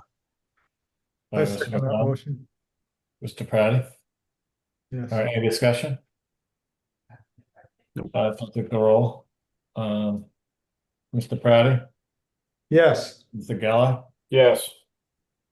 Mr. Greenberg? Yes. Mr. McDonald? Yes. No, me, yes. Okay. Thank you. Thank you very much. Shane, so under board business, item 6. yes. We have a correction to the 1985 Old Plymouth Street decision. I guess you had a typo. It was 75,000 versus 7,500, but that's been filed with the town clerk, so we don't need to do anything, do we? Yeah, we don't have to do anything. I just wanted to make it a point of clarification to the board that I put 75,000, but it was actually 7,500. So that was caught and has been corrected and provided to the applicant and the owner. I believe that you were too late though. And he did bill the 75,000. Don't joke, Larry, because we still haven't endorsed those plans. Hey, where's that open space? It's coming. All right, It's 75,000 or coming, and I 75. read him the riot act, and he's putting in a grass strip in the areas that he took it out. He's going to have it, and we will meet and exceed that requirement. Well, thank you for your understanding. All right, so Shane, I did see that you put the December 17th minutes in there. I went through them. Did everybody else go through them? Do we want to vote on them? Continue them? I went through them and yep, they're all fine. So, is that a motion, Mr. Praddy? Yes, we'll turn that into a motion to approve. All right. I'll second. Was that Mr. Greenberg? Mr. No, McDonald. it's McDonald. Michael. Any discussion on the minutes? Okay, I'll take the roll. Mr. Greenberg? I wasn't there for them. Can I still vote? Hey, you can abstain if not. You want to abstain? Yep, I'll abstain. Mr. Praddy? Yes. Mr. McDonald? Yes. Mr. Geller? Yes. Yes. Next meeting, June 17th, Shane? Yeah, it looks like we're doing a joint meeting with the CED committee based on the zoning amendment. I think under a new counselor sponsor. Yeah, so I gotta connect with, and Mr. Greenberg, you offered the help too, right? If I have to connect with the town manager just to figure out how he wants us to write up the amendment that we discussed at our last meeting.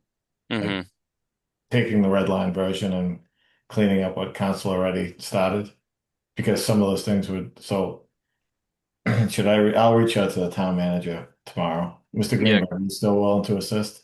Yeah, absolutely. Let me know. I've also talked to some members of the CED committee that definitely would prefer things to be in a red line version comparative to just Well, having it's already, so just so we don't waste time, it already is in a red line version. correct. So what council already did was he tried to take the red line version and he tried to convert it to which was he tried to be helpful, and he spent a lot of time on it, so I feel bad, but he tried to convert it to like a cheat sheet, right? The cheat sheet is the error, not the red line version. So could we just submit back, like, these are the changes we would like to see, here's the red line version, instead of spending all this time writing every change in there, basically calling out every red line, because that's what we're gonna have to do.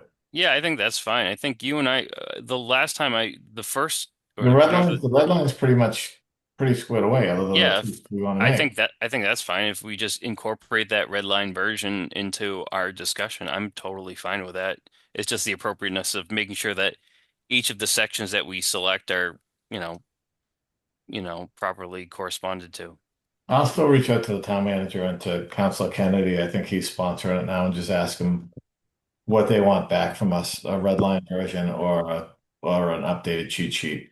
That could save myself and Mr. Greenberg a lot of time because that's essentially already done. Agreed. And then we can just tweak that based on our meeting. And so that sounds good to me, Mr. Chair. We also, for the next meeting, have some street acceptances. We have an A&R plan for 292 Bedford Street.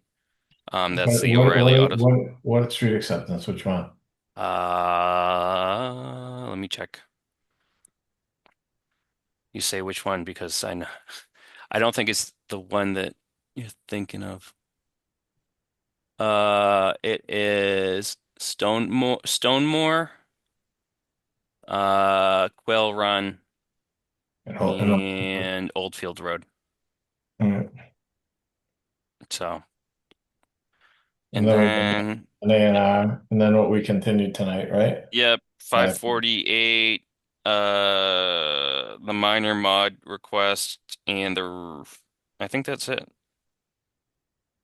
Yeah, the minor mod request and the 548 South Street. Mr. Chairman, we did have a submittal for another site plan. I don't know if that was coming up. I don't think you're going to be able to make the deadline for that, Larry. So you would be on for July for that one. Where is that one? That's the one on Bedford Street. Which one on Bedford Street? I don't know the number offhand.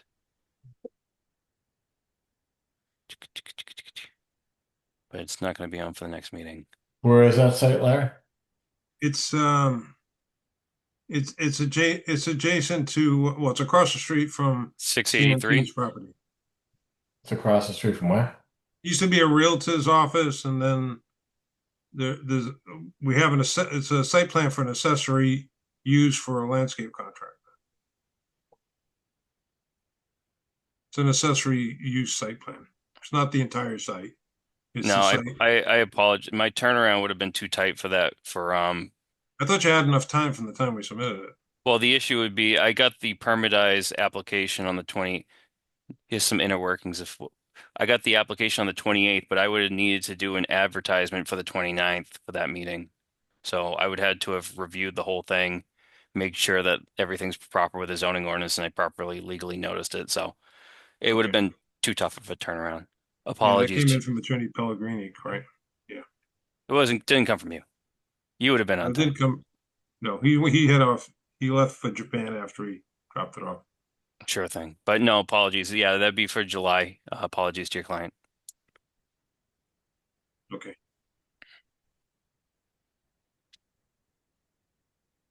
Shane, it's not on here, but you had a letter you submitted to us for the Yeah, I wanted to submit it under planner's report, just because I didn't have the opportunity. I would say that this is an item that whatever we have in the asterisks that I'm brought up for discussion to the extent permitted by law. So, but do you want to just go through open space definition discussion or Well, we're still tabling that till we have like a CED meeting or something, right? All right, yeah, I was just going to ask if you wanted to kind of bring that up at the next CED commission, the next joint meeting, 2 weeks from now. Well, we'd have to put it. Could be a discussion item. We had that kind of with this. We kind of had that the last time we met with CED, didn't we? Or we had something where we had as like a partial discussion item. Yeah, I just don't know because we're having that meeting with them on the 17th, and then we have the regular meeting. Do you think we'll have enough? I mean, do you think we'll have enough time? I don't know. I leave it up to you guys how quickly we move. Based on tonight, I don't know. Well, yeah, why don't you put it on the agenda? If we have to table it, we can table it, right? Yeah, we just have it as open space discussion. If we talk about it, we talk about it. We don't talk about it, we don't talk about it. All right.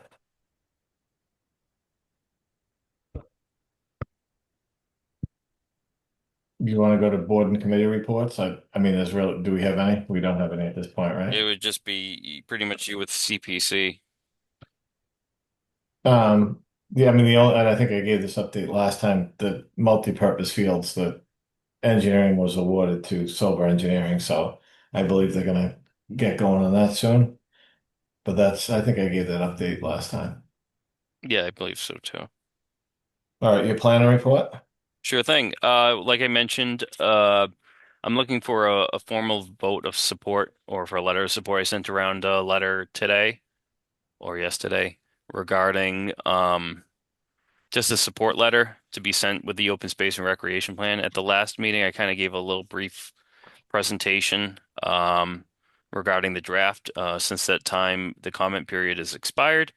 So I'm just looking for just a formal vote of support so I can write down today's date as part of that letter that you guys have reviewed and you feel like the open space plan is going in the right direction. Do you want us to do you want a general consensus from us or do you want an official vote? Just an official vote, just in case if Melissa Crying from EEA ever watches this meeting, which is Okay. entirely possible. All right, so you want to vote to support the open space and recreation plan, correct? That is correct. Okay. I'm sure everybody's reviewed every page of it, right? A long document. I have not. Shane, could you give like a 1-minute rundown? Sure. So, open space and recreation plan, we're doing a 10-year update from 2026 to 2036. Where essentially we are allowing ourselves to be eligible for grants, trail grants through EEA. The whole plan itself, the whole plan was kind of paid for through EEA money, through technical assistance funding. So town didn't have to pay for anything, but allows us to get monies for trail grants and all these grants under EEA, and as well as kind of give us some direction in terms of what the town is looking for future open space preservation, as well as opportunities to improve our current recreational fields. So it doesn't go against pretty much what the other plans are saying. We followed what the CPC did with their recent plan update from I think it was 2025 to 2030, as well as look at the 2017 open space plan and kind of summarize some of the changes that have occurred since 2017 and kind of maintain going in the right direction and keeping us honest and staying in the right direction for improvements to the town. Thank you very much.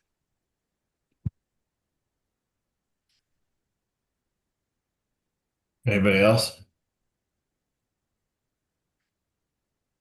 Anybody want to make a motion to support the open space and recreation plan?